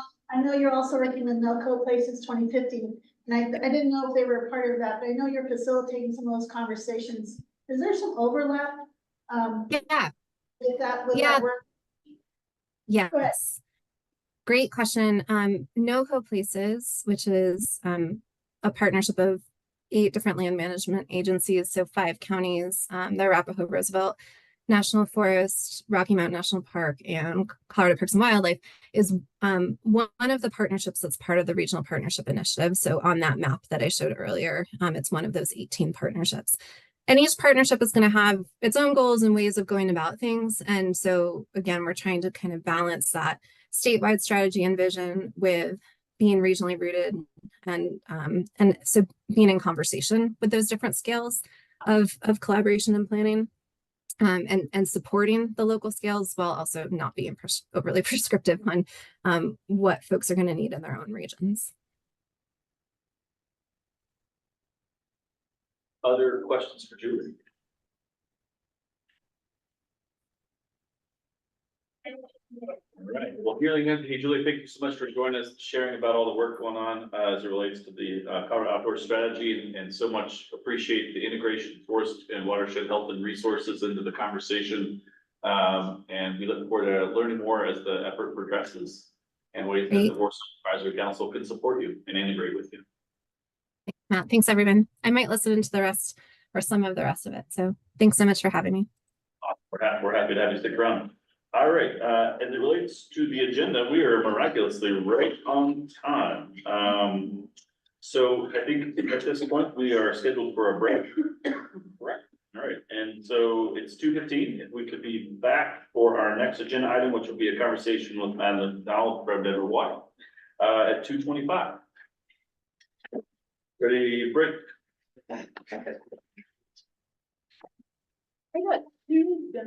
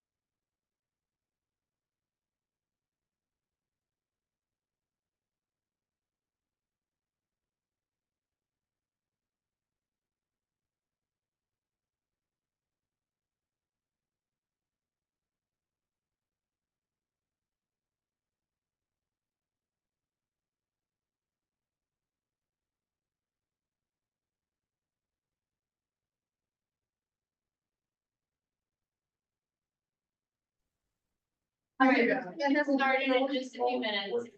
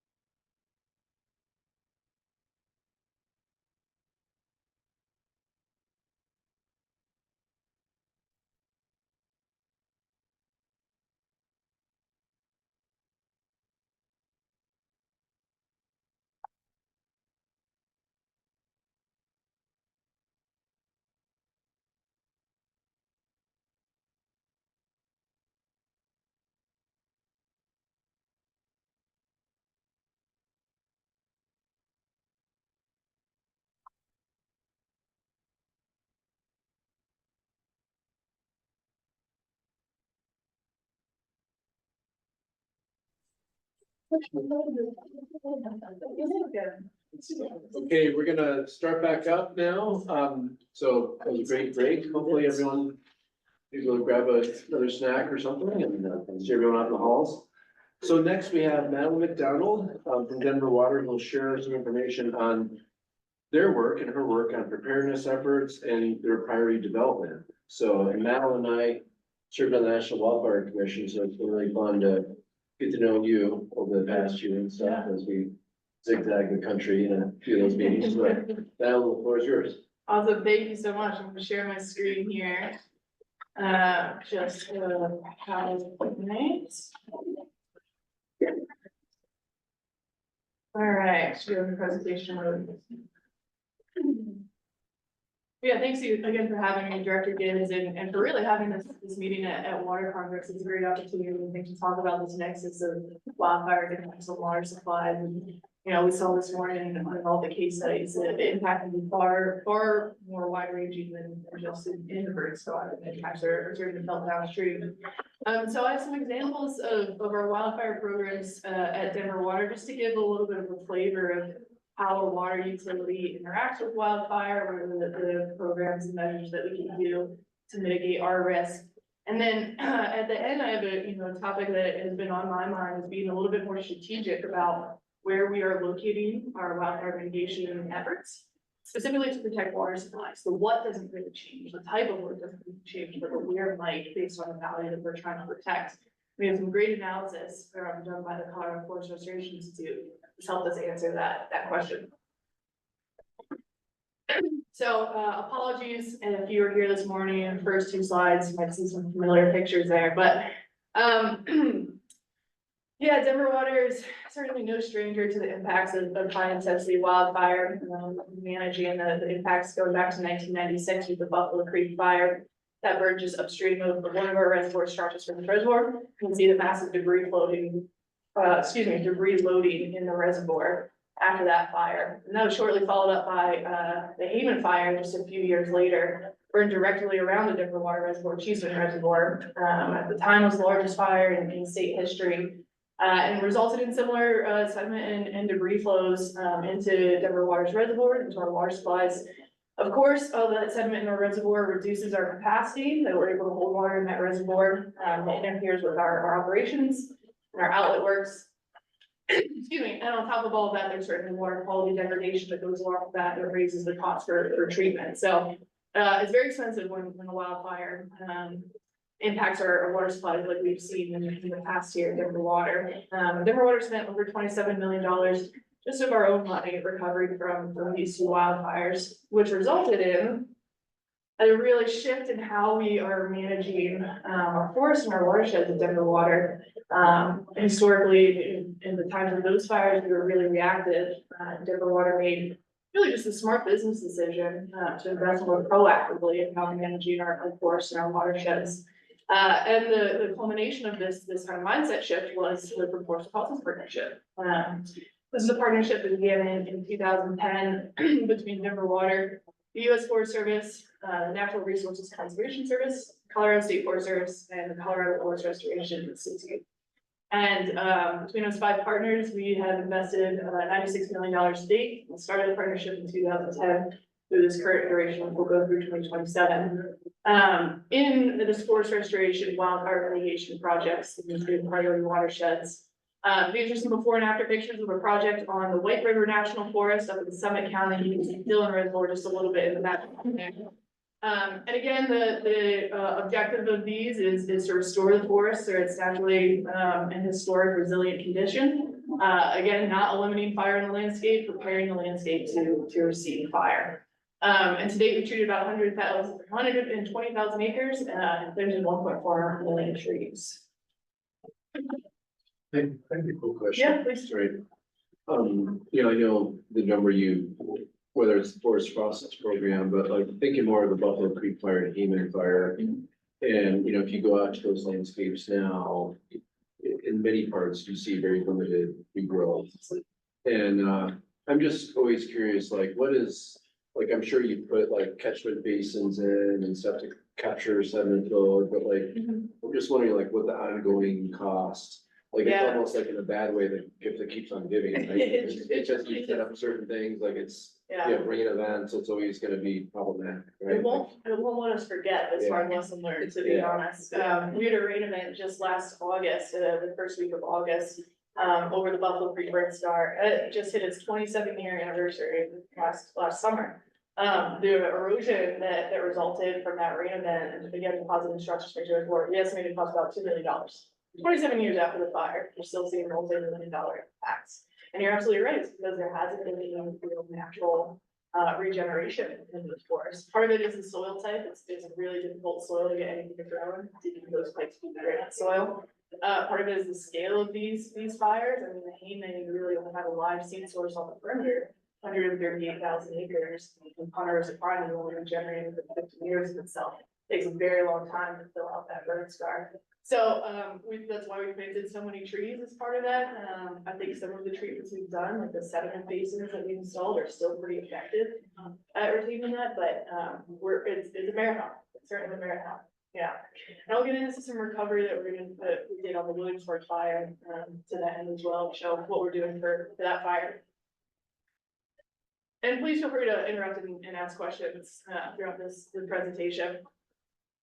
So that's what we're doing on the mitigation side. In terms of wildfire preparedness and response, so thinking about all the phases of wildfire management. To me, response is where I feel the most vulnerable. The water is not a response agency. We don't want our staff to engage in fire suppression. So we really rely on partnerships and, I've had fantastic partnerships with all of our response agencies. But, even though we're not interacting with the fire directly, we do manage a few resources that might be handy in response, first and foremost, water. So we have some agreements in place where we're working on our first contractual agreement for water dips out of Denver Water's reservoirs. In the past, it's just been a handshake agreement. Any response agency can go and dip out of Denver Water's reservoirs free of charge, no charge for the water. I just ask that they report how much they take. There are our own calculations. Now we're getting some of that in writing, that we're going to offer this water free to your response agency that needs it. We also manage some other resources that have been helpful in response. The picture on the right that you see there is of some Denver Water staff ferrying firefighters across the reservoir, and some of our boats that we have on site. This was at Gross Reservoir, and there's a fire on the west side where there's a pretty limited road network. So it's actually faster for us to ferry firefighters across the reservoir to access that fire. So we, which was incredible, and a good experience for our staff as well. I think they really enjoyed that experience.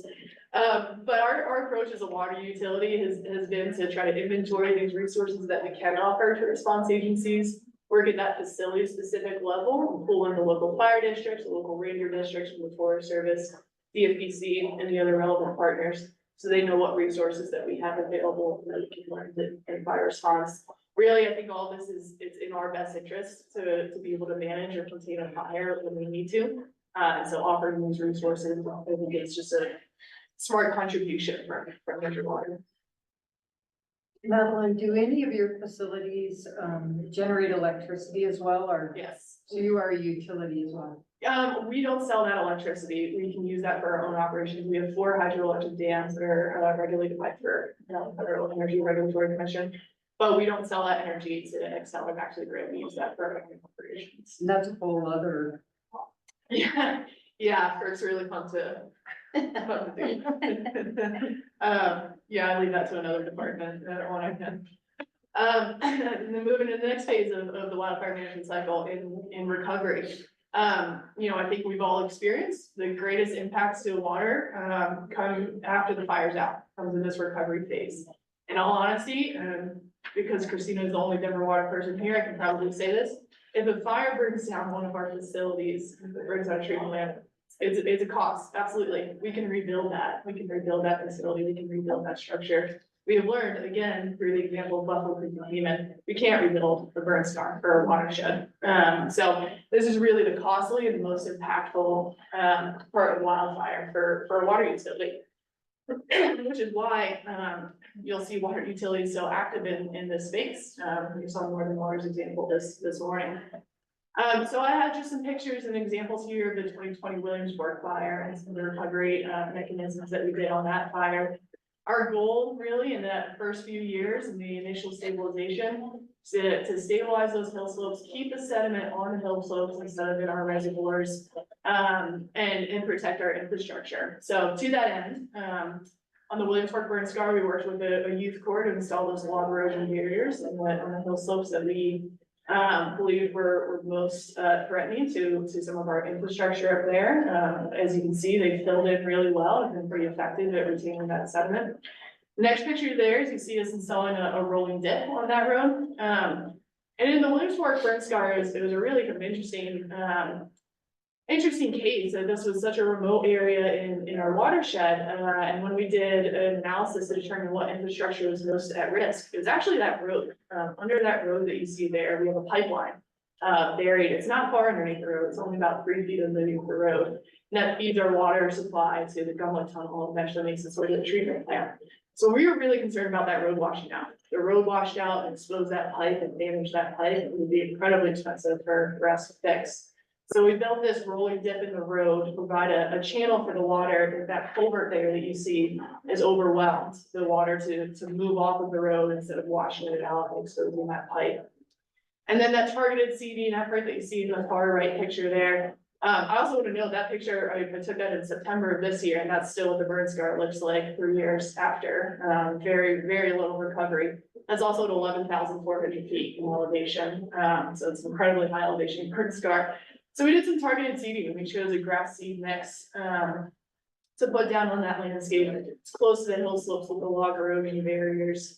To try to get, again, some ground cover increase there so that when precipitation does come, have a little bit of retention on the hill slope, and hopefully reduce the amount of erosion, coming off of it.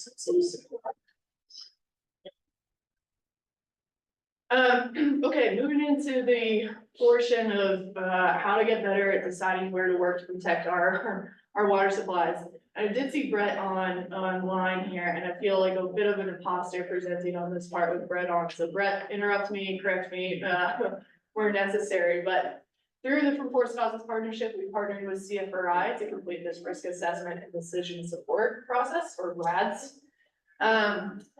And CFRI has done this process in the past a few times, considering multiple values at risk. I think this is probably one of the first times where, again, the only value at risk that we were looking at for this risk assessment was impacts to our water supply. So both our water quality and our water delivery infrastructure.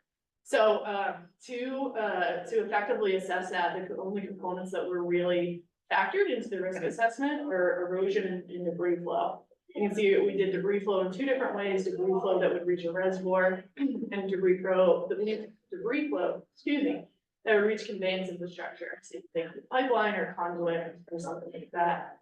And through an incredible amount of predictive wildfire behavior modeling, post-fire erosion modeling, post-fire debris flow modeling, we come up with this prioritization map essentially first that shows where the risk is.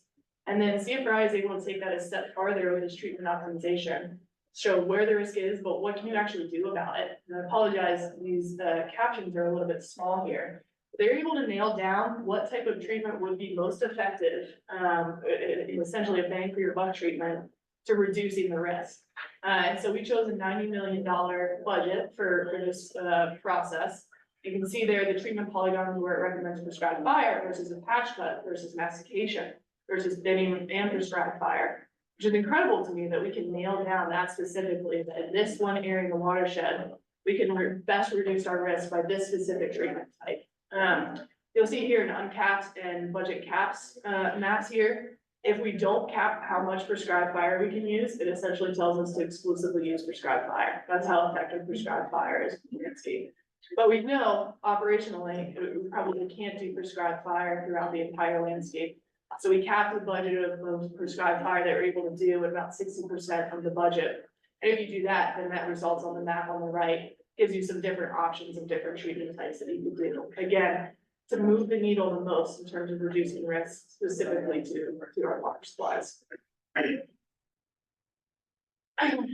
then this is just my final slide. I want to leave plenty of time for discussion, but this map of untreatable risk has been burned into my brain over the last year or so. This is the risk. This is Denver watershed outlined there. These are the areas in our watershed that we cannot treat through standard forest management. We can't do mechanical treatments or prescribed fire or anything that we would ordinarily want to do to minimize the risk of wildfire, prepare the landscape to receive fire.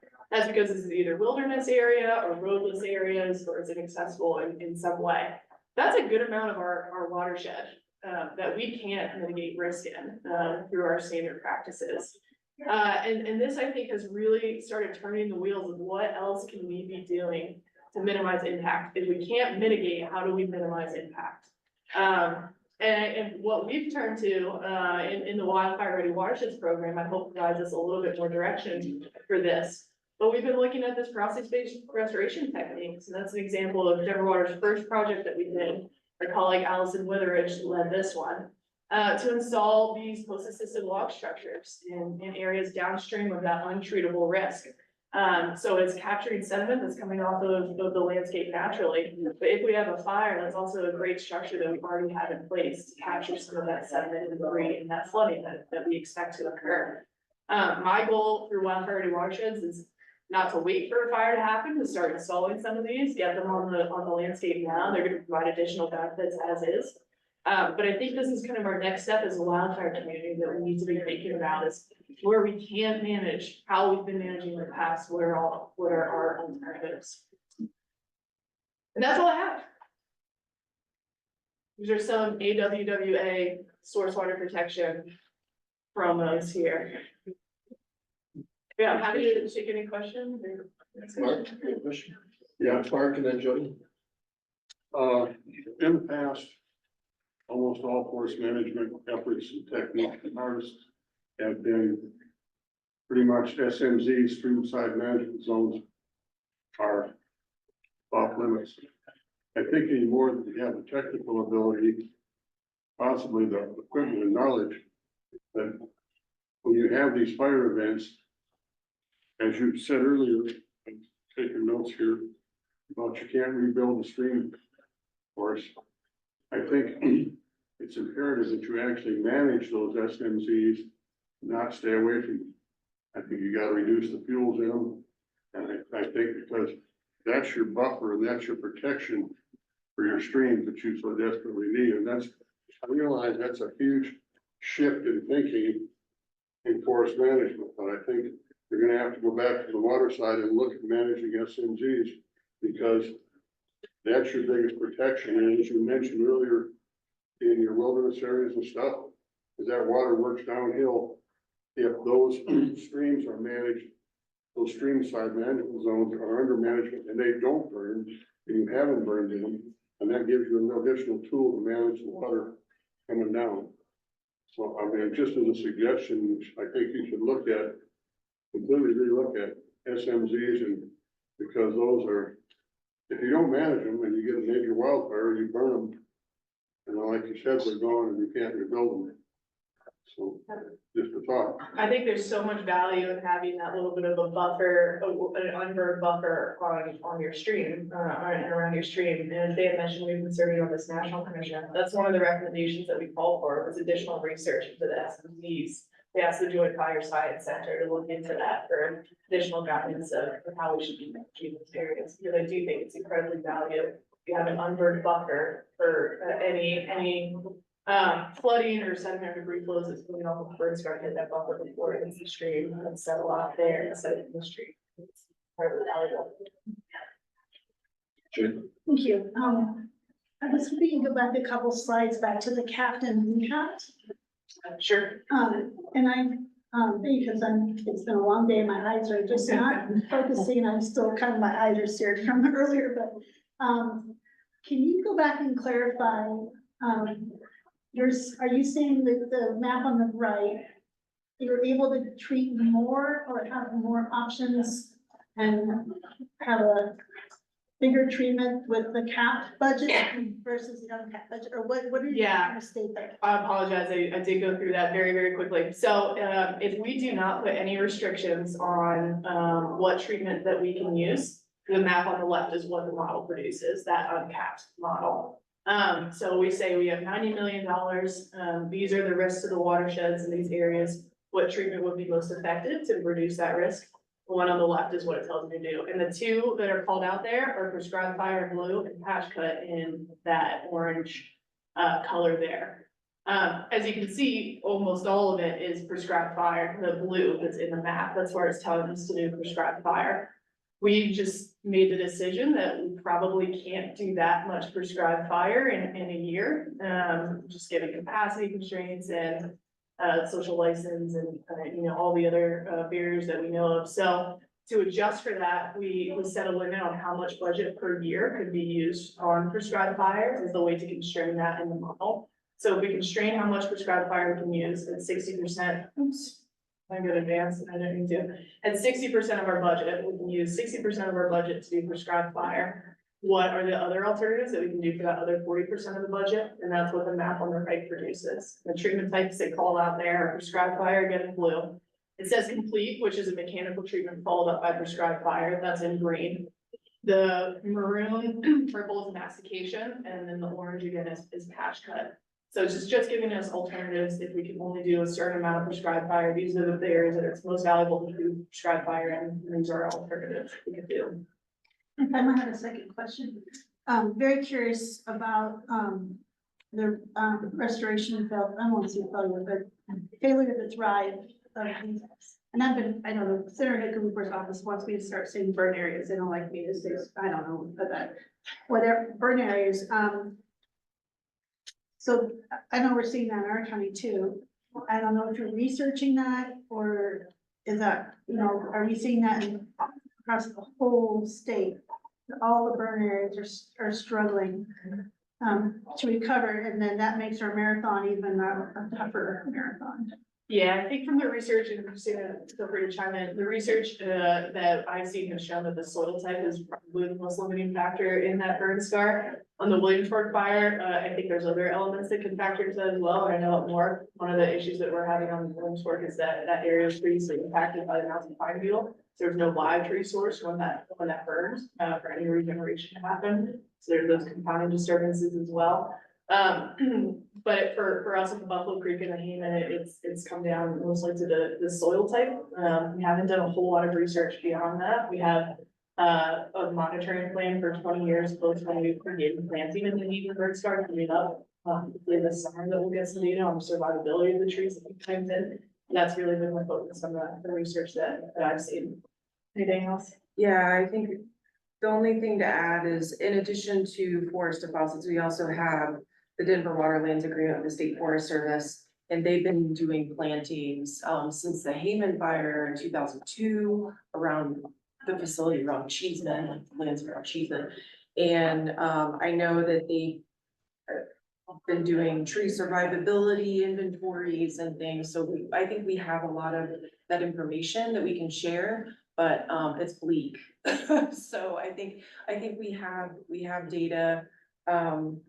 What's interesting after the 2020 wildfire season is a lot of the higher elevation burn, because where Haman burned, it was you know, not as high elevation as some of the areas in Cameron Peak, and certainly not as troublesome.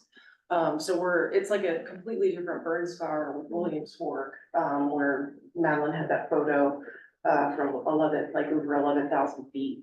So I think we have good information to share about the struggles with revegetation from Haman, and the work with the State Forest Service. But I think what a lot of the unknown is, are the impacts from the mountain pine beetle, prior to the fire. And then from there, just a lot of these high elevation, forest burning and what that means. But Madeline has been working with Dr. Chuck Rhodes with Rocky Mountain Research Station on a research project, looking at like different planting methodologies and like amendments. And so I think we're just all learning together.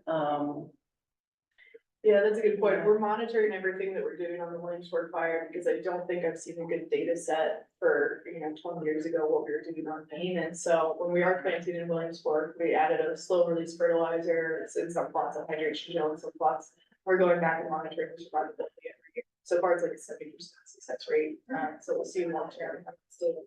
And then for that seeding that I talked about, the grass seeding, we're also planning on doing monitoring for that as well. So that is a point of emphasis, I think, for us. And all these birds garden season really is our personal laboratory and experiment. So we can collect data for it. Thank you. One quick comment. You might look at more in depth on the High Park fire, because it was a large fire and it burned basically from the sagebrush flats all the way up into that 11,000 foot range. And this is empirical observation on my part, because it's in my backyard. But I don't think the regeneration on that is any good at all in most of the sites. I know quite a few landowners and some public sites, and I just don't think that you're getting the natural regeneration in there. And that one's time-wise in between Buffalo Creek and and the fires down south, and it's also a good bridge fire between your elevations because it burned literally from the plains to the top of White Pine Mountain and stuff in there, and you've got a pretty good selection of what's growing and what is. That's a great point. There's also some great research on the High Park fire about the effectiveness of aerial mulching, different strands that they use there, a grass strand versus a wood straw. Versus I think even rubber tires they put down, just as an additional variable to test. That has some great research on it as well. It's also 12 years old now. Yeah. So what's gonna go is gone, you've got what you're gonna get naturally. Yeah, it does speak to something interesting, but, you know, we did that Wildfire Innovation Summit, Dr. Paul Hesberg presented, and he's the Aero Megafire guy. If you ever watched those TED Talk-ish things that he does, but, you know, the data, they now are in the millions of model runs. Is, you know, the lines are all crisscrossy, but they show this trend that suggests that the entire system is gonna reset in the next 50 to 60 years, right? And so we have this limited amount of time, what he calls to buy a new clock, which is to try to increase that opportunity for us to make changes before that system reset kind of starts to occur at a scale that we are unable to respond to. But then the other component is we have to be ready to recover where we missed, which will be the larger, the landscape. So we have a reforestation history in this country. Like we are actually really good at planting where we have denuded like landscapes through over harvest and poor management. I mean, you know, prior to the Forest Service's invention. And so that's a big piece of it, is it's not just the wildfire mitigation component, but that recovery piece, in particular around deforestation, is going to be fundamental to what, again, Paul talks about is our right to forest in the latter half of the 21st century. So this is something that really sat with me after that comment of all the things we talked about. I walked out like, and then I kind of got trapped with them in the basement of the museum, and we've been having one-to-one conversations every 4 weeks since.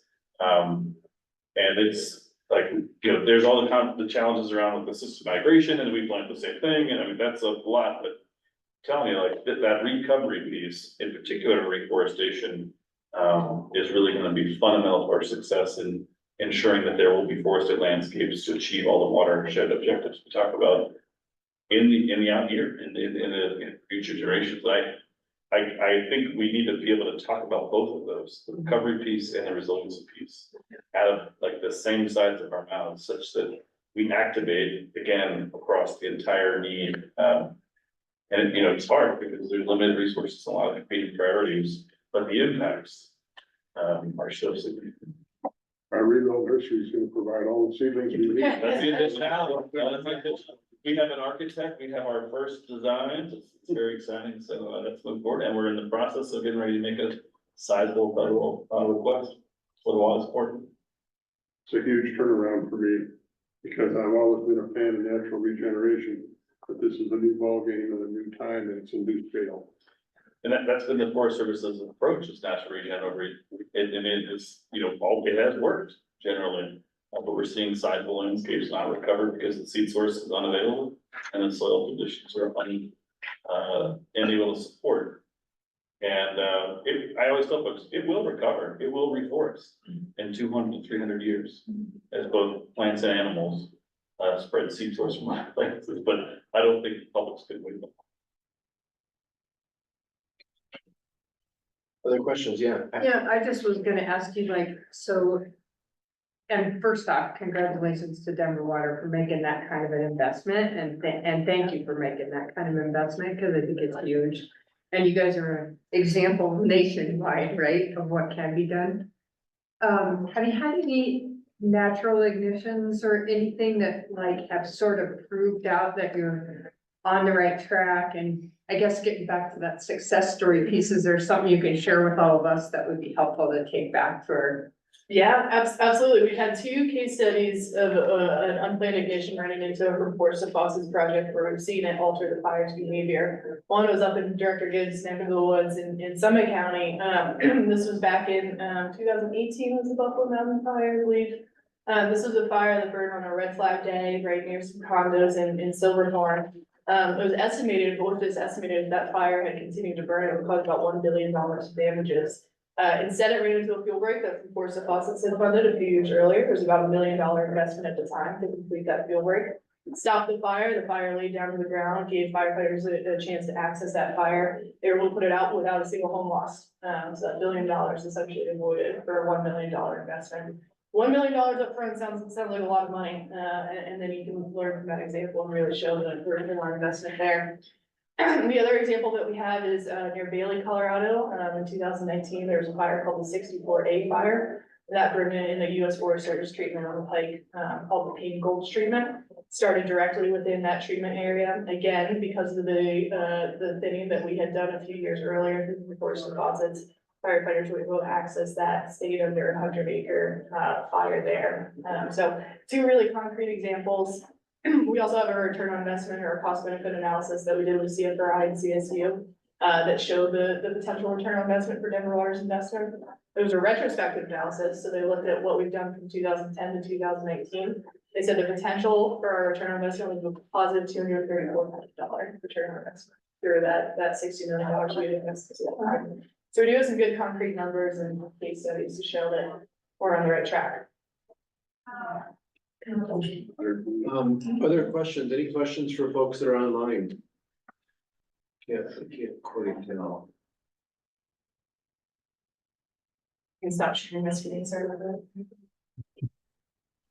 Same question. So, yeah, thanks, Madeline. Appreciate the presentation. Yeah. Okay. Oh, was there a question? No? Okay, now we're good. All right. Okay, next up, we have a roundtable update. So really, we've got to go around the room, both virtually and in person, to see what updates pertain to the council that we're working on and stuff.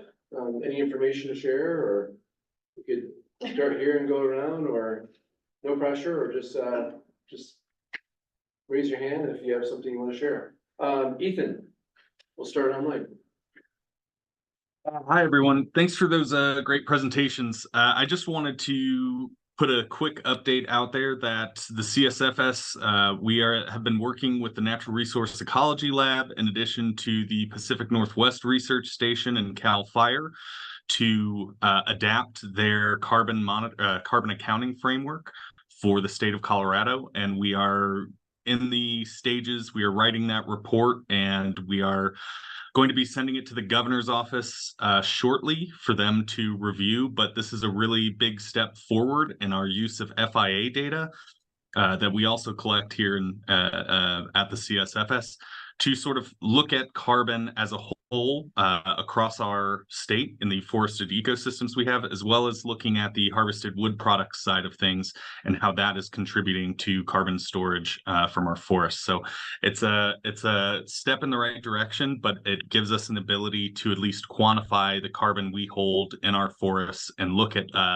whether or not we are a source or a sink, at least based on FIA data, national standards data. So I just wanted to put that out to the council. Yeah, thanks for that information. Appreciate that. It will be the third in the nation with a forest-based carbon accounting framework behind California and Oregon. That was a statutory directed exercise 22 session, I think, so it's exceptionally good. Hey, Dr. Westmore, while we're on CSFS, would you mind maybe giving like a 45-second update on the biomass study that's coming up here pretty quick? Or even if you feel comfortable doing so? There we go, there's Amanda. Hi, everyone. I'm having issues with my video, but can you hear me at least? We got you. Yeah. Okay, great. Yeah, thanks, Matt. We are still working on our draft statewide biomass assessment. It is coming along really well. I've had some really good conversations over the last couple of weeks with our collaborators at Forest and Rangeland Stewardship Department at Colorado State University, as well as more recently with the Rocky Mountain Research Station. And I think that we're going to have a lot of support to help us get this across the finish line. So please stay tuned. There's a lot coming with this report. Right now, the draft is about 100 pages. So it's a very lengthy document with a lot of really valuable information and data, including a really valuable analysis of not only the assessment, quantifying it again using FIA data similar to our carbon accounting framework, but also a really good market analysis as far as what products were being produced in Colorado in 2022. So more to come on that. Feel free to reach out to me if you have any questions about it. I'm largely stewarding this project now moving forward with very limited internal support. So I'm happy to answer any questions that people have without getting too far into the weeds on this call today. Great, thanks, Amanda, appreciate that. See, any other updates or anything? Yeah, Kate? I just wanted to share that the Colorado Ports Collaboratives Network hosted a branching out session last Thursday. And I basically gave like a little update about what the Forest Health Council has been up to, where people can find the report, etc. And then I did a little listening session where we developed some draft recommendations that I'll share with the legislative committee next Friday.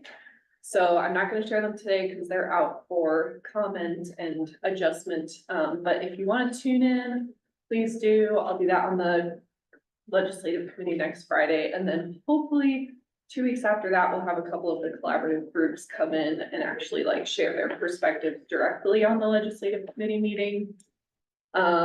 So yeah, just get excited for that. I feel like I've heard so much about collaboration and building things from the local level up. So this is our chance to hear from those groups. I have a quick little, small local update.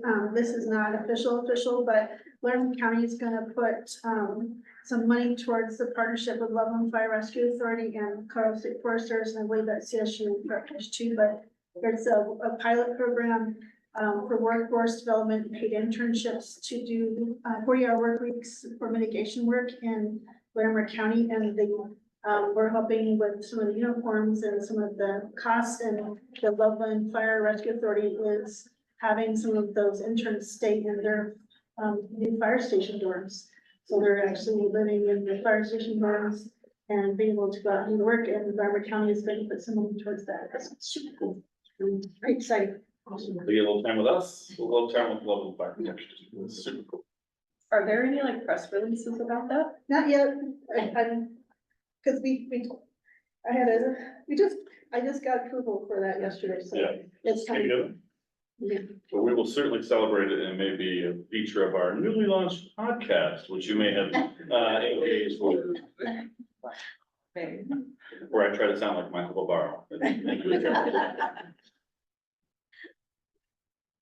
James. I just want to give this group an update. In your 2023 Forest Health Report, there were 3 administrative recommendations that were brought forward by this council. I've started working on those 3. The first one, as a reminder, is to convene a meeting with the group of people about the vapor pressure deficit and adaptive climate management and forest management.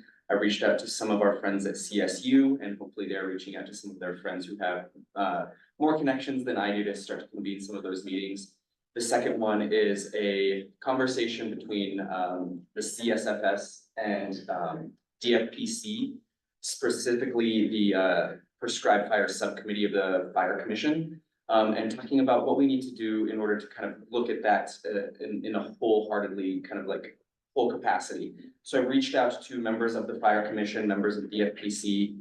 I reached out to Stacy in Director Gibbs' department here to start talking with our tribes. That was explicitly within that administrative directive. I'm trying to pull together just a whole group of people to kind of get a ground level understanding of what we can commit to and what those can look like. And then that third one is reaching out to our friends at the U.S. Forest Service to talk about reforestation and having third-party NGOs be able to reforest on U.S. Forest Service land. And so kind of there's some movement at the RO, so I'm trying to find out who to talk with, but Kristen Garrison in our office is leading me to some good conversations with NGOs that are kind of running into problems, so we can synthesize those problems and bring those to the representatives of the US Forest Service. But those are going along very well. The only one that's on a time frame right now is that second one. It was explicit that it get done in a 12 calendar month when we approved that in August. But I look forward to kind of giving you guys some updates as we move along that process. So, I think last time I updated that Xcel Energy was about to launch this program. Now I can say we have officially launched. They are piloting and evaluating the functionality of new AI intelligence, with wildfire cameras. And really trying to explore how to best, leverage that technology, create partnerships. The AI algorithms on these cameras provide near real-time awareness, and alerts of potential wildfires, and we're using that information to partner with local governments. I think we've launched in Boulder County and Jefferson County so far. Like I said, it's a pilot program where we're testing it out to see how can this information help secure, frankly, not only our assets, but our customers and our communities. And so it's something that's out there, and thought it was relevant for this group to hear about, so. There you go.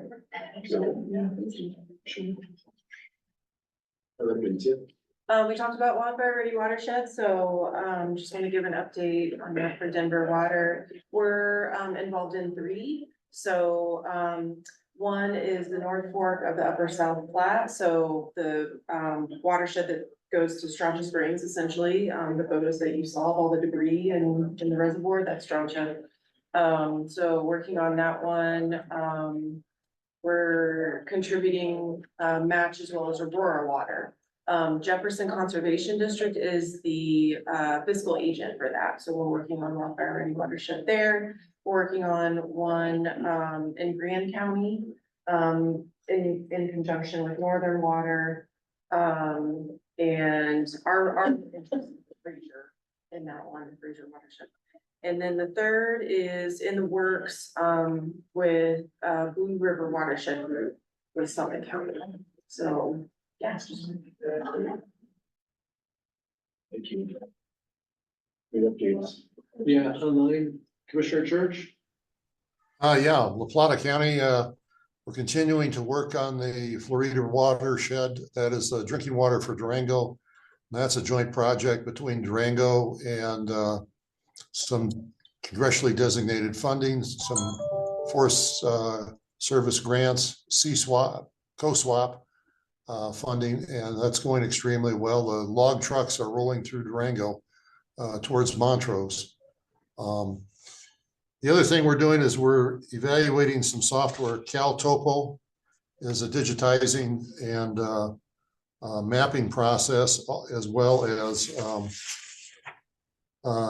GAIA GPS to better map and more precisely identify treated and untreated area boundaries.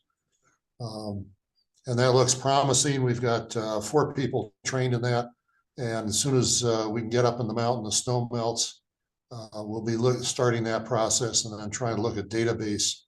And maybe Brett, I don't know, I'd look for some information from you offline here. Last thing is we had our first big CFLRP meeting in the region. It's called J-Firm is the project in Pod 1. And that's about, this year it's about 4,000 acres and includes watershed restoration, not only thinning, but watershed, fisheries, trails, road improvement, paving roads, taking out roads. The Forest Service and is complementary to the fire mitigation that have been done over the last 5 years down the Animas Valley. So we're trying to get things started and cleaned up so we're less of a risk and trying to protect Durango and our water supplies. So that's all I've got. Thank you. Thanks for those updates. Appreciate that. Any other updates online or here in person? Okay, seeing none. Next item is public comment. I don't see anyone online. We do have looks like Representative Lynch joined us, and I don't think we had him down initially, so thanks for joining us, Representative Lynch. And, so let's, yeah, you can see it. And then, with that, it looks like our next meeting will be virtual on April 24th, so hopefully that's on everyone's calendar. And with that, we have a motion for adjournment. Also move. Second. Moved and seconded, all those in favor say aye. Aye. Aye. If there's any opposed. Hey, while we're at Water Congress, I mean, even though we're here for this meeting, everyone is invited to participate in all the activities, and it looks like right now there's some pretty interesting items on drought resilience, keeping the crisis in our wildfire crisis strategy, Colorado River updates as well, so some pretty fascinating topics. I think we can try to join through some of these. So, but thanks for being here. I really appreciate it, and thanks to everyone online too. I think you guys are doing some great work. It's all right to